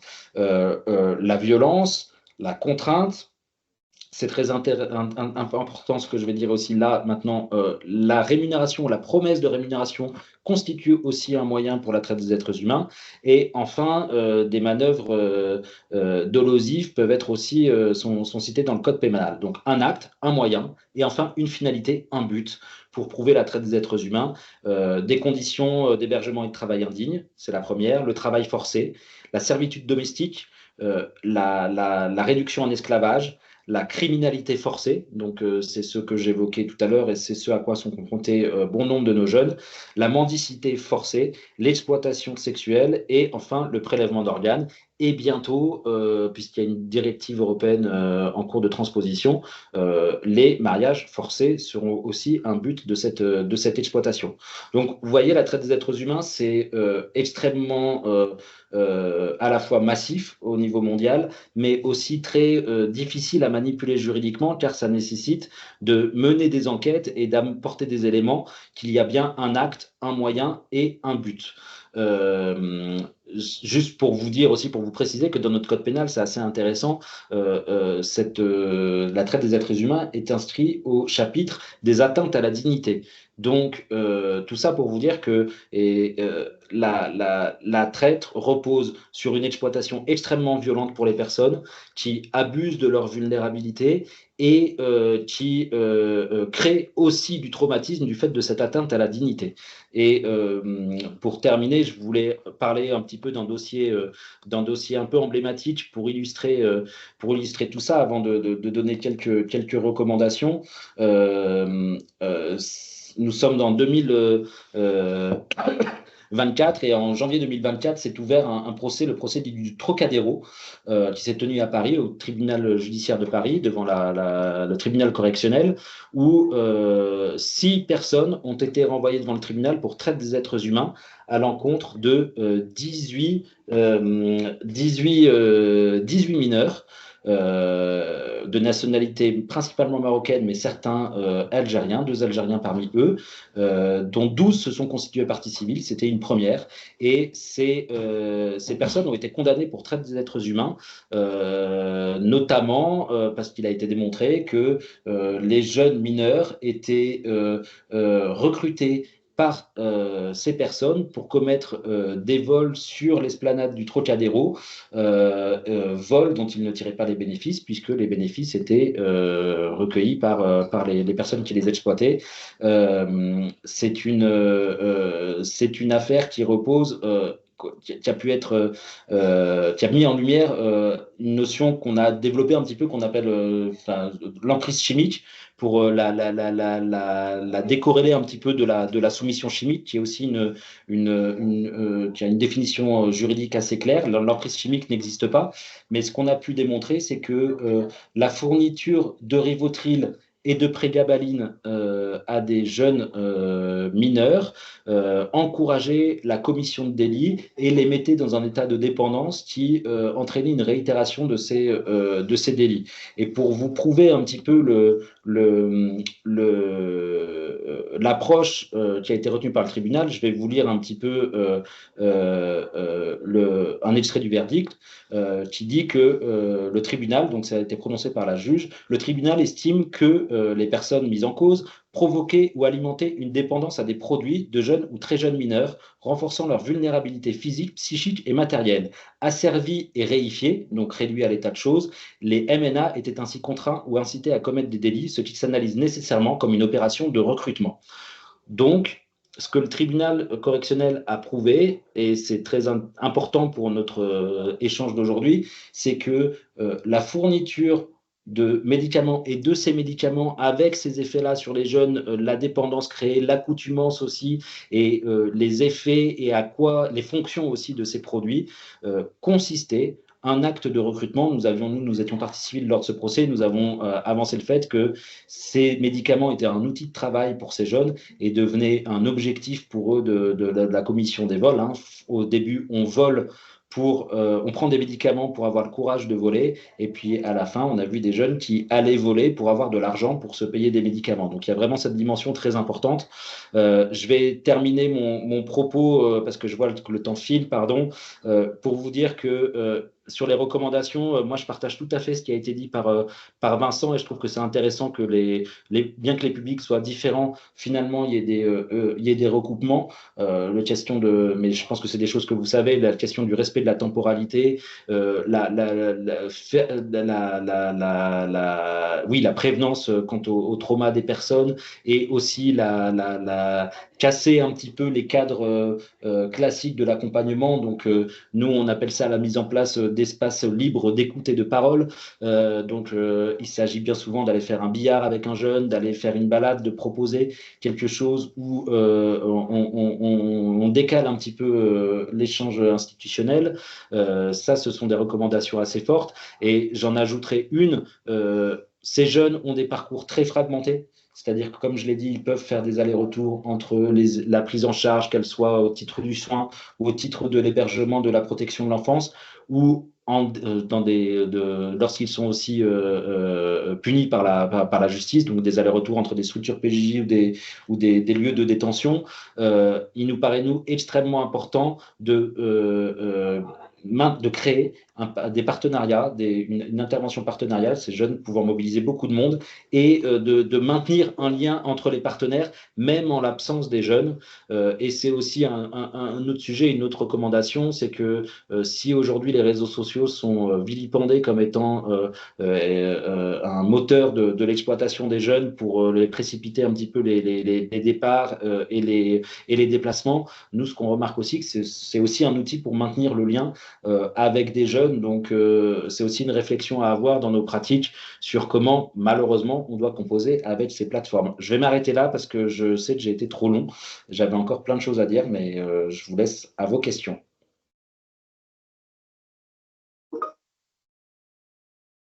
Merci beaucoup, Guillaume. Est-ce qu'il y a des questions à ce stade? Je vois dans le chat qu'il y a des questions sur le nom de la substance psychoactive dont il est question. Il y a d'un côté le Lyrica, qui est le nom du médicament. La prégabaline, c'est le nom de la molécule, qui est un antiépileptique, qui est beaucoup consommé par ces jeunes. Et il y a aussi le Rivotril, qui est également un nom de médicament. Ça fait partie de la catégorie des benzodiazépines. Ça fait aussi partie des médicaments qui sont pas mal consommés. Je vous laisse compléter. Non, c'est ça. Ce qui est intéressant, c'est d'avoir le nom de rue que donnent à ces jeunes, mais je pense que certains d'entre vous le connaissent. Le Rivotril est appelé Madame Courage. Et donc, c'est vraiment identifié comme étant un élément permettant de se donner du courage. Et le Lyrica, donc la prégabaline, et son nom de rue, c'est la fusée. Comme disent les jeunes, moi, plusieurs jeunes en entretien ont pu me dire voilà, je prends manger 4-5 Lyrica, c'est comme si je fumais 10-12 joints et ça me fait partir et ça me fait oublier et ça me fait du bien. Donc, ça fait du bien sur le coup, mais vous savez aussi que ça fait du mal à long terme. Et évidemment, c'est des jeunes qui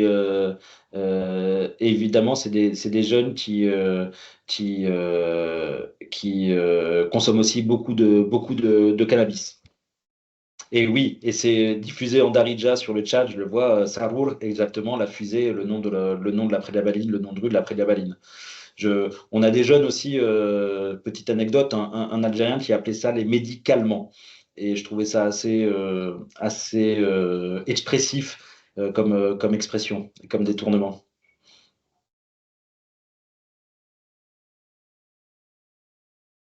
Alors, est-ce qu'on a d'autres questions à ce stade?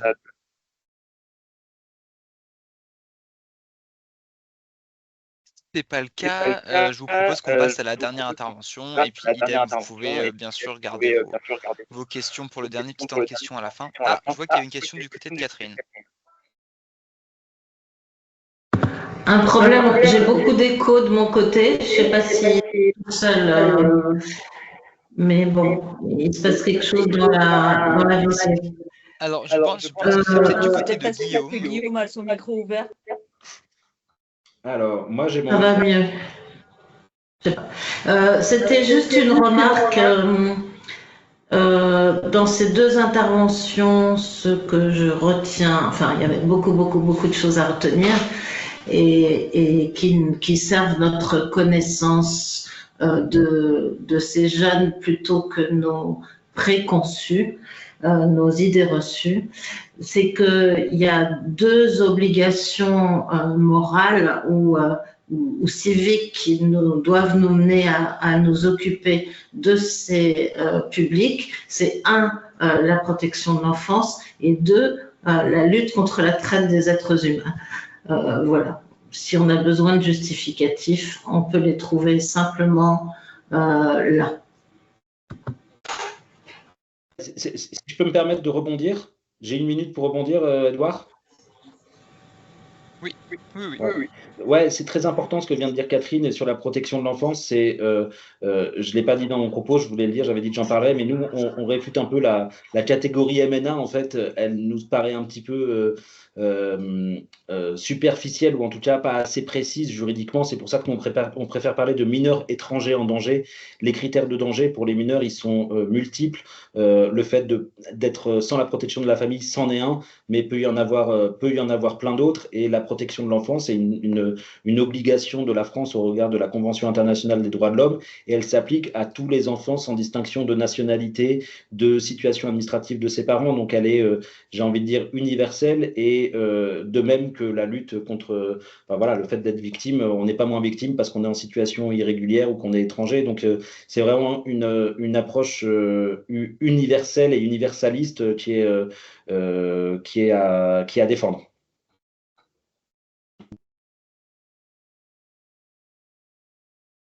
Merci beaucoup, Guillaume, pour ta présentation.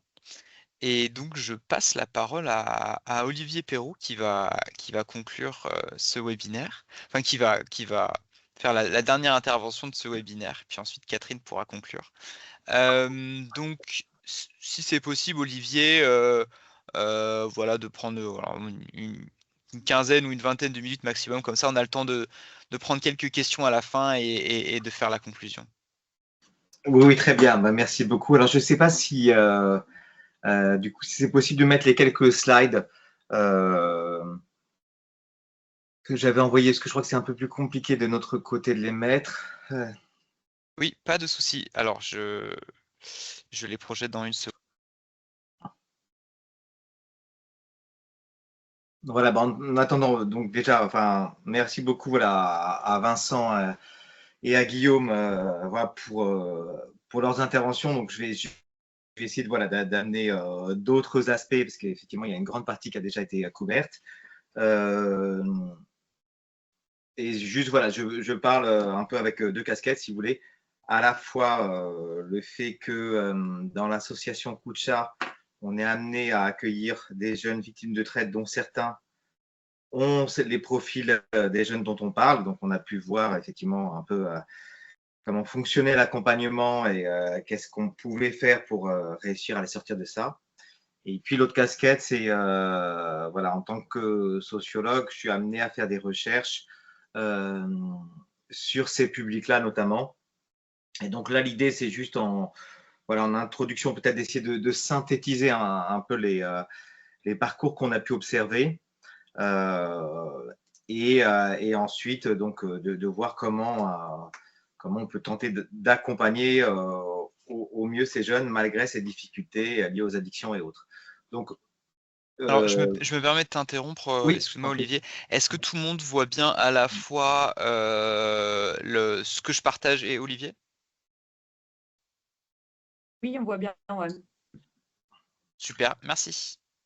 Donc voilà, alors comme ça a été rappelé, hein, cette étiquette mineur non accompagné, elle est pas très opérationnelle, parce que mineur non accompagné, c'est une convention au sein de l'Union européenne pour tenter d'essayer de parler des mêmes personnes. Mais finalement, quand on regarde sur le plan sociologique, ça ne renseigne en rien, parce qu'il y a des problématiques qui sont très différentes d'un mineur à l'autre. Voilà.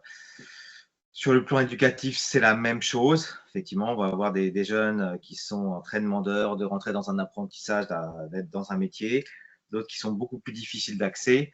Donc voilà, sur le plan psychologique, j'insiste pas. Enfin, vous avez bien vu que les problématiques sont différentes. Et même, j'ai envie de dire, sur le plan juridique, comme l'a dit Guillaume, en fait, partir de mineurs non accompagnés, quelque part, on distingue et on va dire on discrimine d'une certaine façon les enfants, ce qui est contraire à la Convention des droits de l'enfant, puisque normalement, on ne doit pas faire de distinction entre les enfants, quelle que soit leur religion, leur race, etc., si on se réfère au texte initial. Et donc, ça pose un peu un souci, parce que dans la pratique, c'est vrai que les prises en charge ne sont pas les mêmes pour les mineurs non accompagnés que pour les mineurs lambda. Et on a beaucoup de structures qui sont financées que pour l'accueil des mineurs non accompagnés. Et quand on s'intéresse à la question du financement, on s'aperçoit que souvent, le financement est 3 fois plus faible. On a pour vous donner un exemple très concret, on a des appels d'offres où le prix de journée, ça se calcule comme ça dans la protection d'enfance, c'est de 50 €, voire de 40 € par jour, alors que sur une MEX, un foyer de l'enfance classique, on serait sur du 150 € ou du 180 € par jour. Donc, c'est pour ça que cette étiquette, elle est pratique, mais en fait, elle est piégeante dès qu'on l'utilise. Et donc là, du coup, on ne va pas parler des mineurs non accompagnés, mais on va dire des jeunes qu'on retrouve dans l'errance. Et c'est une errance qui touche actuellement, alors bien sûr, les choses peuvent évoluer, ouais, principalement 3 nationalités, j'ai envie de dire, des jeunes qui viennent du Maroc, d'Algérie et de Tunisie. Alors, pour lever tout de suite la question, alors pourquoi ça touche principalement ces 3 nationalités actuellement? En fait, c'est lié au fait, comme le montre cette carte, que depuis l'Algérie, la Tunisie ou le Maroc, la migration est accessible à beaucoup de personnes. Et donc, on va trouver, si vous voulez, des catégories sociologiques beaucoup plus larges qui peuvent se rendre en Europe. Alors que si on part d'Afrique subsaharienne, en fait, ce trajet a un coût, qu'il soit en avion ou qu'il soit par la route, et ce coût va sélectionner des profils. Pour tenter de vous donner un exemple, en Côte d'Ivoire, là-bas, on parle, alors c'est très péjoratif, mais c'est comme ça que c'est appelé. Là-bas, on parle de jeunes qu'on appelle les micromes, qui sont des jeunes qui prennent des produits, qui font des attaques à la machette et tout, qu'on trouve dans plusieurs grandes villes de Côte d'Ivoire. Ces jeunes-là, bien qu'ils existent, on ne les verra jamais en Europe parce qu'ils n'auront jamais les ressources matérielles pour pouvoir se rendre jusqu'en Europe. Alors que sur des pays qui sont plus proches, que ce soit la Roumanie, l'Albanie, le Maroc, l'Algérie, la Tunisie, on va avoir un éventail de catégories beaucoup plus large. Et dans ces catégories, on peut trouver des jeunes qui étaient déjà en errance dans leur pays, qui consommaient déjà dans leur pays. Ce qui explique que du coup, c'est plus concentré sur certaines nationalités que d'autres. Alors, le deuxième facteur pour essayer de comprendre finalement ce qui se passe, et je reste sur cette petite carte, là, je vais prendre un peu les titres de cas sur les jeunes algériens, mais on pourrait faire la même chose avec des jeunes tunisiens. C'est que la migration algérienne s'appuie sur une diaspora historique qui fonctionne beaucoup par ville. Ça, c'est l'histoire qui fait ça. Par exemple, à Lyon, Vincent, effectivement, on a plutôt des jeunes qui viennent de Sétif et Constantine. Et d'ailleurs, Guillaume avait pu rencontrer ces jeunes-là. Donc, on a vraiment des jeunes qui viennent de ces villes-là. Pourquoi? Parce qu'il y a 30 ans, 40 ans, 50 ans, on avait des familles d'Algérie de Sétif et Constantine qui se sont installées à Lyon. Et en fait, cette migration historique perdure dans une certaine mesure. Donc, par exemple, à Toulouse, on va plus avoir des gens de Mostagadem qui vont venir s'installer à Toulouse. Et parmi eux, on va trouver des mineurs non accompagnés. Donc, vous voyez, la diaspora historique va influencer l'arrivée des nouveaux arrivants, qu'ils soient majeurs ou mineurs. C'est assez logique, hein, c'est-à-dire que si demain votre sœur s'installe en Suède, si vous hésitez entre l'Allemagne et la Suède et que vous n'avez aucun contact nulle part, vous allez plutôt choisir la Suède, là où il y a votre sœur, quoi. Donc, le fait qu'il y ait une migration qui s'appuie sur une diaspora, ça, c'est pas complètement nouveau. En revanche, on voit que certains jeunes qui, au début, vont s'appuyer sur une diaspora familiale. Alors, ceux qu'on ne voit pas en errance, ça veut dire que ça a marché, et c'est la grande majorité de ces jeunes-là. En revanche, dans certains cas, on a des jeunes qui se font capter par, certes, des gens qui viennent de la même ville, voire du même quartier, mais qui vont utiliser ces jeunes pour finalement les mettre dans différents business. Donc, en gros, ça signifie quoi? Ça signifie qu'on a des personnes qui sont dans les petits business, qui vont profiter de leurs origines, si vous voulez, pour recruter des petites mains qui viennent des mêmes villes. c'est toujours plus facile d'avoir une emprise sur des personnes qui viennent du même endroit parce qu'on les contrôle, on sait qu'ils sont isolés, on parle la même langue et en plus, on peut les menacer et dans le pays dans le pays d'accueil et dans le pays d'origine. Et donc, on a ce phénomène-là qui existe partout. Hein. Enfin, les Nigérians vont plutôt exploiter des femmes nigérianes que d'autres nationalités. Ça, c'est un grand classique de la traite. Mais toujours est-il que, du coup, certains de ces réseaux diasporiques peuvent être, sont malveillants et vont quelque part récupérer des jeunes en errance. Et alors, juste, si on peut revenir juste sur la diapositive précédente, voilà, l'illustration de tout ça, c'est qu'en fait, il va y avoir une sorte de cercle vicieux qui se met en place, c'est-à-dire qu'on a des jeunes qui tentent d'aller chez une tante. Au bout de 3 semaines, 1 mois, ils ne la connaissaient pas si bien que ça, donc ça ne fonctionne pas, ça leur tente qu'à Perpignan. Du coup, ils vont dans une ville où ils ont des personnes de leur diaspora. Et là, ils tombent sur des personnes malveillantes qui les mettent dans un squat, puisqu'il faut bien dormir quelque part. Donc, c'est là où on est dans la socialisation de rue. Et donc, dans ce squat qui a très bien montré l'affaire de Trocadéro et qu'on peut constater malheureusement un peu à chaque fois, et ben en fait, dans ce squat, même si les jeunes consommaient déjà un peu au pays, on va augmenter leur consommation avec ces mêmes produits, Rivotril, Lyrica, Prégabalin, etc., qui ont la particularité de créer une dépendance physique très rapide, c'est-à-dire qu'au bout de 2-3 semaines, déjà, il y a une dépendance qui peut s'installer qui est très forte. Et alors, je suis pas, voilà, il y a plein de spécialistes, donc je n'insisterai pas là-dessus, mais aussi à haute dose, ce qu'expliquent les jeunes, notamment pour le Rivotril, c'est que ça désinhibe totalement des jeunes. Donc, du coup, voilà, ils sont faciles à utiliser et au moment d'arrestation, etc., en plus, ils sont difficiles à maîtriser. Donc, on voit, et comme tu disais, voilà, le côté mère courage, c'est utilisé aussi pour la commission de délit. Et petit à petit, donc l'emprise chimique que tu évoquais, Guillaume, elle s'installe parce que il y a cette dépendance, mais aussi cette dépendance à une sorte de mode de vie, ils deviennent de plus en plus des consommateurs, donc on est au jour le jour, on accepte moins les règles, on est dépendant de son groupe, et donc on va s'ancrer dans des activités souvent délinquantes, à la fois pour pouvoir se payer des produits, mais même pour vraiment être dans cet environnement. Les autres environnements, alors on a des jeunes qui rentrent dans des foyers, mais on voit que sur certaines parties de la journée, ils disparaissent, ils réapparaissent, et s'il n'y a pas une prise en charge au niveau du soin, au niveau médical, au niveau des addictions, eh bien en fait, c'est très difficile de les sortir de ce cercle. Alors du coup, on va prendre la 3e diapositive, et puis je vais essayer de tenir les délais. Donc, ce qui se complexifie un petit peu, c'est que en fait, on a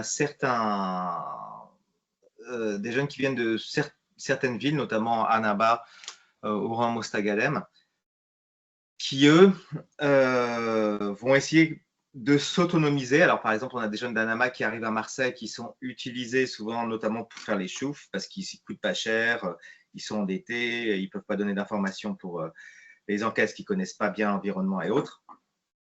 Donc on voit bien qu'il y a une forme d'ubérisation, et ça, malheureusement, le parallèle avec les jeunes filles françaises, il est assez évident. C'est-à-dire qu'on voit bien qu'on a des réseaux qui exploitent la vulnérabilité et qui ciblent de plus en plus l'enfance, que ce soit des jeunes filles françaises en fugue ou dans des foyers, dans des mex, ou que ce soit des mineurs non accompagnés, isolés, ne sachant pas où aller.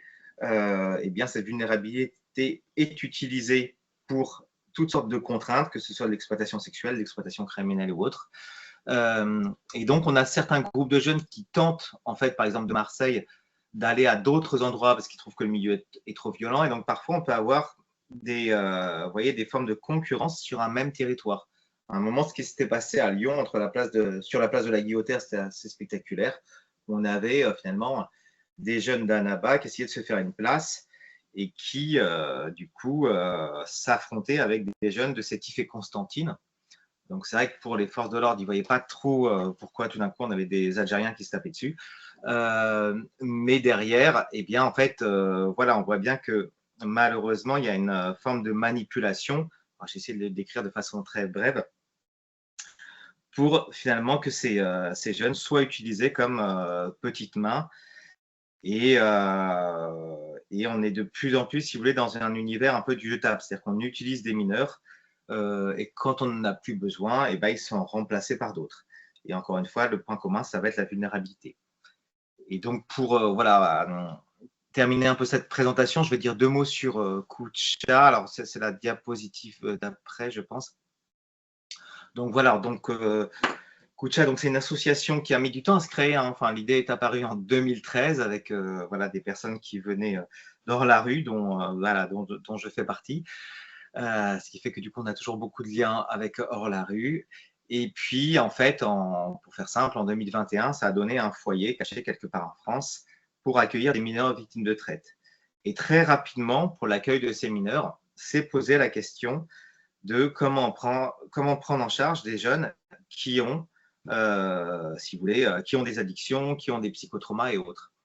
Et donc, il y a un travail qui a été mis en place pour développer des partenariats. Alors déjà, bon, il y a eu le recrutement d'une infirmière sur place, mais on a aussi, et c'est toujours en cours, un travail pour développer des partenariats avec des hôpitaux, voilà, en pédopsie, aussi des addictologues, notamment, voilà, on a quelqu'un qui est proche, qui est bien impliqué dans la fédération, justement, qui nous avait mis en lien pour ce colloque-là, qui a rejoint le CA. Et donc, on est de plus en plus confronté en fait à cette question du soin de l'addiction pratiquement pour l'ensemble des jeunes. C'est-à-dire qu'avant, c'était un phénomène qui était très circonscrit aux mineurs non accompagnés, exploités dans les conditions qu'on a décrites. Donc, ce n'est pas tous les mineurs non accompagnés, mais on voit bien que c'était des mineurs récupérés par des réseaux dont la consommation était une modalité d'emprise. Et de plus en plus sur les autres formes d'exploitation et les autres publics exploités, on va s'apercevoir que voilà, il y a une combinaison entre du psychotrauma, bien sûr, des produits que vous connaissez mieux que moi, hein, qui sont les produits dont on entend actuellement, et que ça complique énormément la prise en charge, la protection et la sortie de l'exploitation. Donc, dans le cadre de ce foyer, si vous voulez, c'est une prise en charge qui est sur un temps relativement court. C'est 6 mois, maximum 1 an. La particularité, c'est que les jeunes qui sont placés là, alors c'est le juge qui va décider de les placer, mais souvent sur orientation de professionnels, d'associations, de MEX, enfin d'acteurs en tout cas qui les rencontrent sur le terrain. Et donc, dans ce foyer, il n'y aura pas d'accès ni à Internet, ni à un téléphone portable. Parce qu'on est plus sur une sorte de sas qui permet une forme de déprise, donc vraiment une sortie de l'emprise, que sur, si vous voulez, une prise en charge qui est faite pour être sur plusieurs années. Et ce sas de déprise, ensuite, l'idée, c'est de trouver, en fait, de sécuriser un parcours. Et donc, on a mis en place un petit réseau de structures qui peuvent accueillir après à plus long terme, donc par exemple 2 ans, 3 ans, jusqu'à la majorité, des jeunes qui seraient passés par ce sas. Donc, on voit bien qu'on est de plus en plus sur un parcours avec des étapes, mais ces étapes ne doivent pas être vues comme des ruptures, au contraire. On voit qu'on est… on a des situations, on a, voilà, je pense à une mineure en errance orientée par hors la rue, qui était depuis plusieurs années en rue, consommation de produits, qui voilà, était tout le temps avec un groupe de mineurs non accompagnés, qui aussi étaient dans la consommation, le voile et autres. Il y a une hospitalisation, un diagnostic a été posé avec une ordonnance et donc un traitement adapté. Et puis cette jeune, du coup, a pu aller dans ce foyer donc à Kucha, qu'on appelle la maison Aska. Et ensuite, voilà, et ça a tenu parce que justement, il y avait un diagnostic qui avait été posé. Et puis ensuite, du coup, elle a pu continuer dans une structure de protection de l'enfance plus classique, formée à ça et plutôt voilà, éloignée des grands centres urbains et des risques de rencontre de personnes qui pourraient être dans les mêmes réseaux. Mais on voit bien que finalement, il y a vraiment une chaîne à reconstituer. Et pour ça, on a besoin de l'ensemble des acteurs. Et c'est pour ça que, encore merci pour cette initiative, parce que sur le repérage des situations, comme sur les prises en charge, c'est vrai qu'on a vraiment besoin d'être beaucoup plus en lien avec les acteurs et notamment les acteurs voilà, d'Exapad et autres qui vont être amenés à rencontrer ces publics et pour lesquels, pour le moment, les liens sont encore assez faibles des deux côtés. C'est-à-dire, je ne suis pas persuadé que tout le monde connaît l'existence de Kucha et vice-versa en termes de ressources, parfois sur des partenaires qui vont accueillir des jeunes sur un territoire où il y a telle ou telle association de la fédération, ça pourrait vraiment être des ressources. Et donc, voilà, on a un vrai travail parce que le constat qu'on peut faire, c'est que ces situations d'addiction deviennent une norme. Elles ne sont plus circonscrites à un public précis. Ça n'empêche pas qu'il faut travailler avec ce public, mais voilà, ça devient un peu l'arbre qui cache la forêt, si vous voulez. Donc bon, je me suis permis d'élargir comme ça. Je vais m'arrêter là parce que je sais qu'on est… ouais, voilà, on va garder un peu de temps pour les questions. Il y a 10 minutes, donc je m'arrête ici. Merci beaucoup, Olivier. Est-ce qu'il y a quelques questions à ce stade?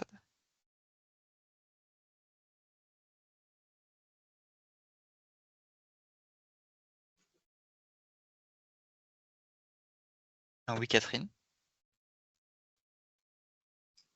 Monopoliser la parole, mais j'ai mis la petite question dans le chat.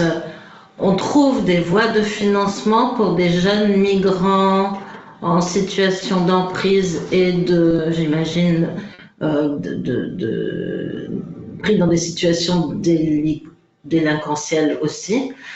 Parce que nous, ça fait, dans exactement l'esprit de ce que tu viens de dire, créer une dynamique d'accueil et d'adaptation aux soins pour ces jeunes depuis plusieurs années maintenant. On se fait bananer proprement. On nous répond qu'est-ce que vous avez besoin de travailler par exemple avec des collègues psychologues arabophones, alors que dans toutes les équipes, il y a des personnes issues de 2e, 3e génération qui parlent arabe. Enfin, une méconnaissance totale, d'où cette initiative régionale mais aussi nationale qui correspond exactement à ce que tu viens de dire. Donc, qui sont les financeurs de ces heureuses initiatives? Oui, peut-être que quelquefois, c'est un peu un libellé qui peut changer la donne. C'est qu'à partir du moment où ces mineurs, on les considère comme victimes de traite des êtres humains, même si l'enquête n'a pas abouti, et on est juste, finalement, c'est des victimes potentielles et on est dans la protection de l'enfance, eh bien, il y a des obligations de la France par rapport aux victimes de traite et notamment depuis quelques années, en tout cas, l'accent est mis sur les mineurs parce qu'on était très en retard par rapport à d'autres pays et en plus, le phénomène touche de plus en plus les mineurs. Donc là-dessus, il y a notamment la MIPROF qui est en charge de coordonner au niveau national la politique de lutte contre la traite des êtres humains et qui fait le lien un peu avec les différentes institutions, ministères qui peuvent financer ce type d'initiative. Donc, peut-être, mon conseil déjà, c'est vrai que parfois, l'action sociale marche beaucoup avec des catégories, des libellés et autres, donc il faut les utiliser. Et deuxièmement, je pense que oui, peut-être le plus simple, c'est de voir du côté de la MIPROF qui parfois va organiser un contact avec l'ARS, avec je ne sais qui, mais en tout cas, ils ont ce rôle d'animation, de mettre en lien et donc de soutenir des initiatives, puisque, j'ai envie de dire, toutes les initiatives sont les bienvenues. C'est-à-dire que, je ne l'ai pas dit, mais le foyer à Kucha, on n'a que 6 places. Donc, c'est vraiment expérimental dans le but qu'il y en ait d'autres, en tout cas qu'il y ait davantage de places. Mais c'est vraiment un domaine où voilà, l'ensemble des associations de la protection vont toucher quand même qu'une partie très très faible de l'ensemble des mineurs qui auraient besoin d'être protégés.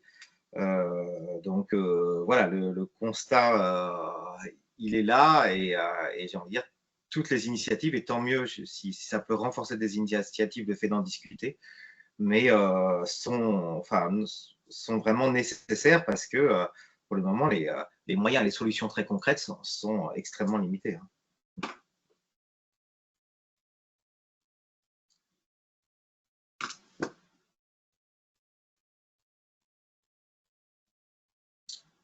Alors, s'il n'y a pas d'autres questions, je donne la parole à Catherine pour conclure ces échanges. Merci beaucoup de tous ces apports. On tenait beaucoup Catherine, à... est-ce que c'est possible de mettre ta caméra peut-être? Ah oui, pardon. Parce que comme je l'ai mise là. Ça fonctionne plus. Non, ça fonctionne pas, mais c'est pas grave. On s'en sortira sans. Voilà, ça remarche. Oui, on tenait beaucoup à avoir cette approche cet apport de connaissances sur les publics pour se dégager de nos petites problématiques de dernière instance, c'est-à-dire comment mieux accueillir ces jeunes qui présentent des problèmes d'addiction à des médicaments qui sont sous le coup de réglementations très restrictives et pour lesquelles on a du mal à transgresser les cadres. Heureusement, l'expérience des traitements de substitution au PSC permet de transposer, en tout cas pour ce qui est de la prégabaline, des protocoles qui tiennent debout et qui permettent, mais ça on en parlera dans d'autres séances de webinaire plus précisément. En tout cas, ce qui est très éclairant pour moi en termes de mettre des mots sur des intuitions, c'est l'idée d'emprise chimique, c'est l'idée que ces jeunes sont vraiment, au-delà des cas particuliers qu'on peut voir très explicites, victimes de près ou loin d'une forme de traite et d'exploitation d'emprise, et que ces signes-là, on peut, si on prend le temps de les chercher, on les trouve. Quand la première consultation avec un jeune qui vient demander avec insistance un psychotrope, quand il demande aussi de la pommade anti-hémorroïdaire, forcément, notre esprit doit être un tout petit peu alerté. Et c'est en écoutant tout ça qu'on arrive à se dire qu'il faut voir au-delà de la demande explicite et souvent mal placée. J'ai eu une idée que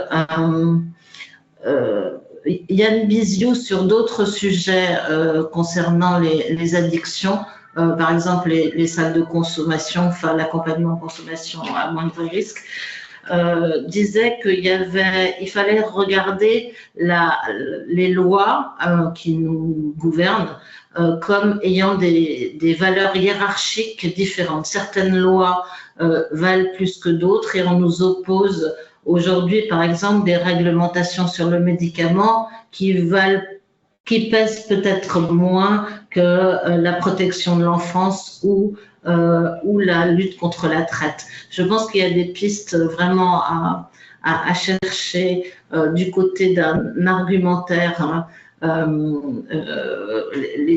législatif ou juridique, enfin du côté de l'esprit des lois. Et je pense qu'on va peut-être essayer de creuser cette voie-là. En tout cas, toutes les autres séances de ce webinaire doivent nous ramener, nous, addicts médico-social, puisqu'on est essentiellement médico-sociaux dans les participants, nous amener à adapter nos pratiques pour pouvoir répondre pas tant à la demande, comme disait je ne sais plus lequel d'entre vous, mais aux besoins de ces personnes. Voilà. Mais j'espère que on va se retrouver dans pas trop longtemps pour en discuter de tout ça et avancer communément. Merci à tous, en tout cas aux intervenants de l'effort de concision, toujours difficile à tenir. On se retrouve quand, Édouard? Eh bien, je vais vous le dire. Je reprojette très rapidement les dernières slides.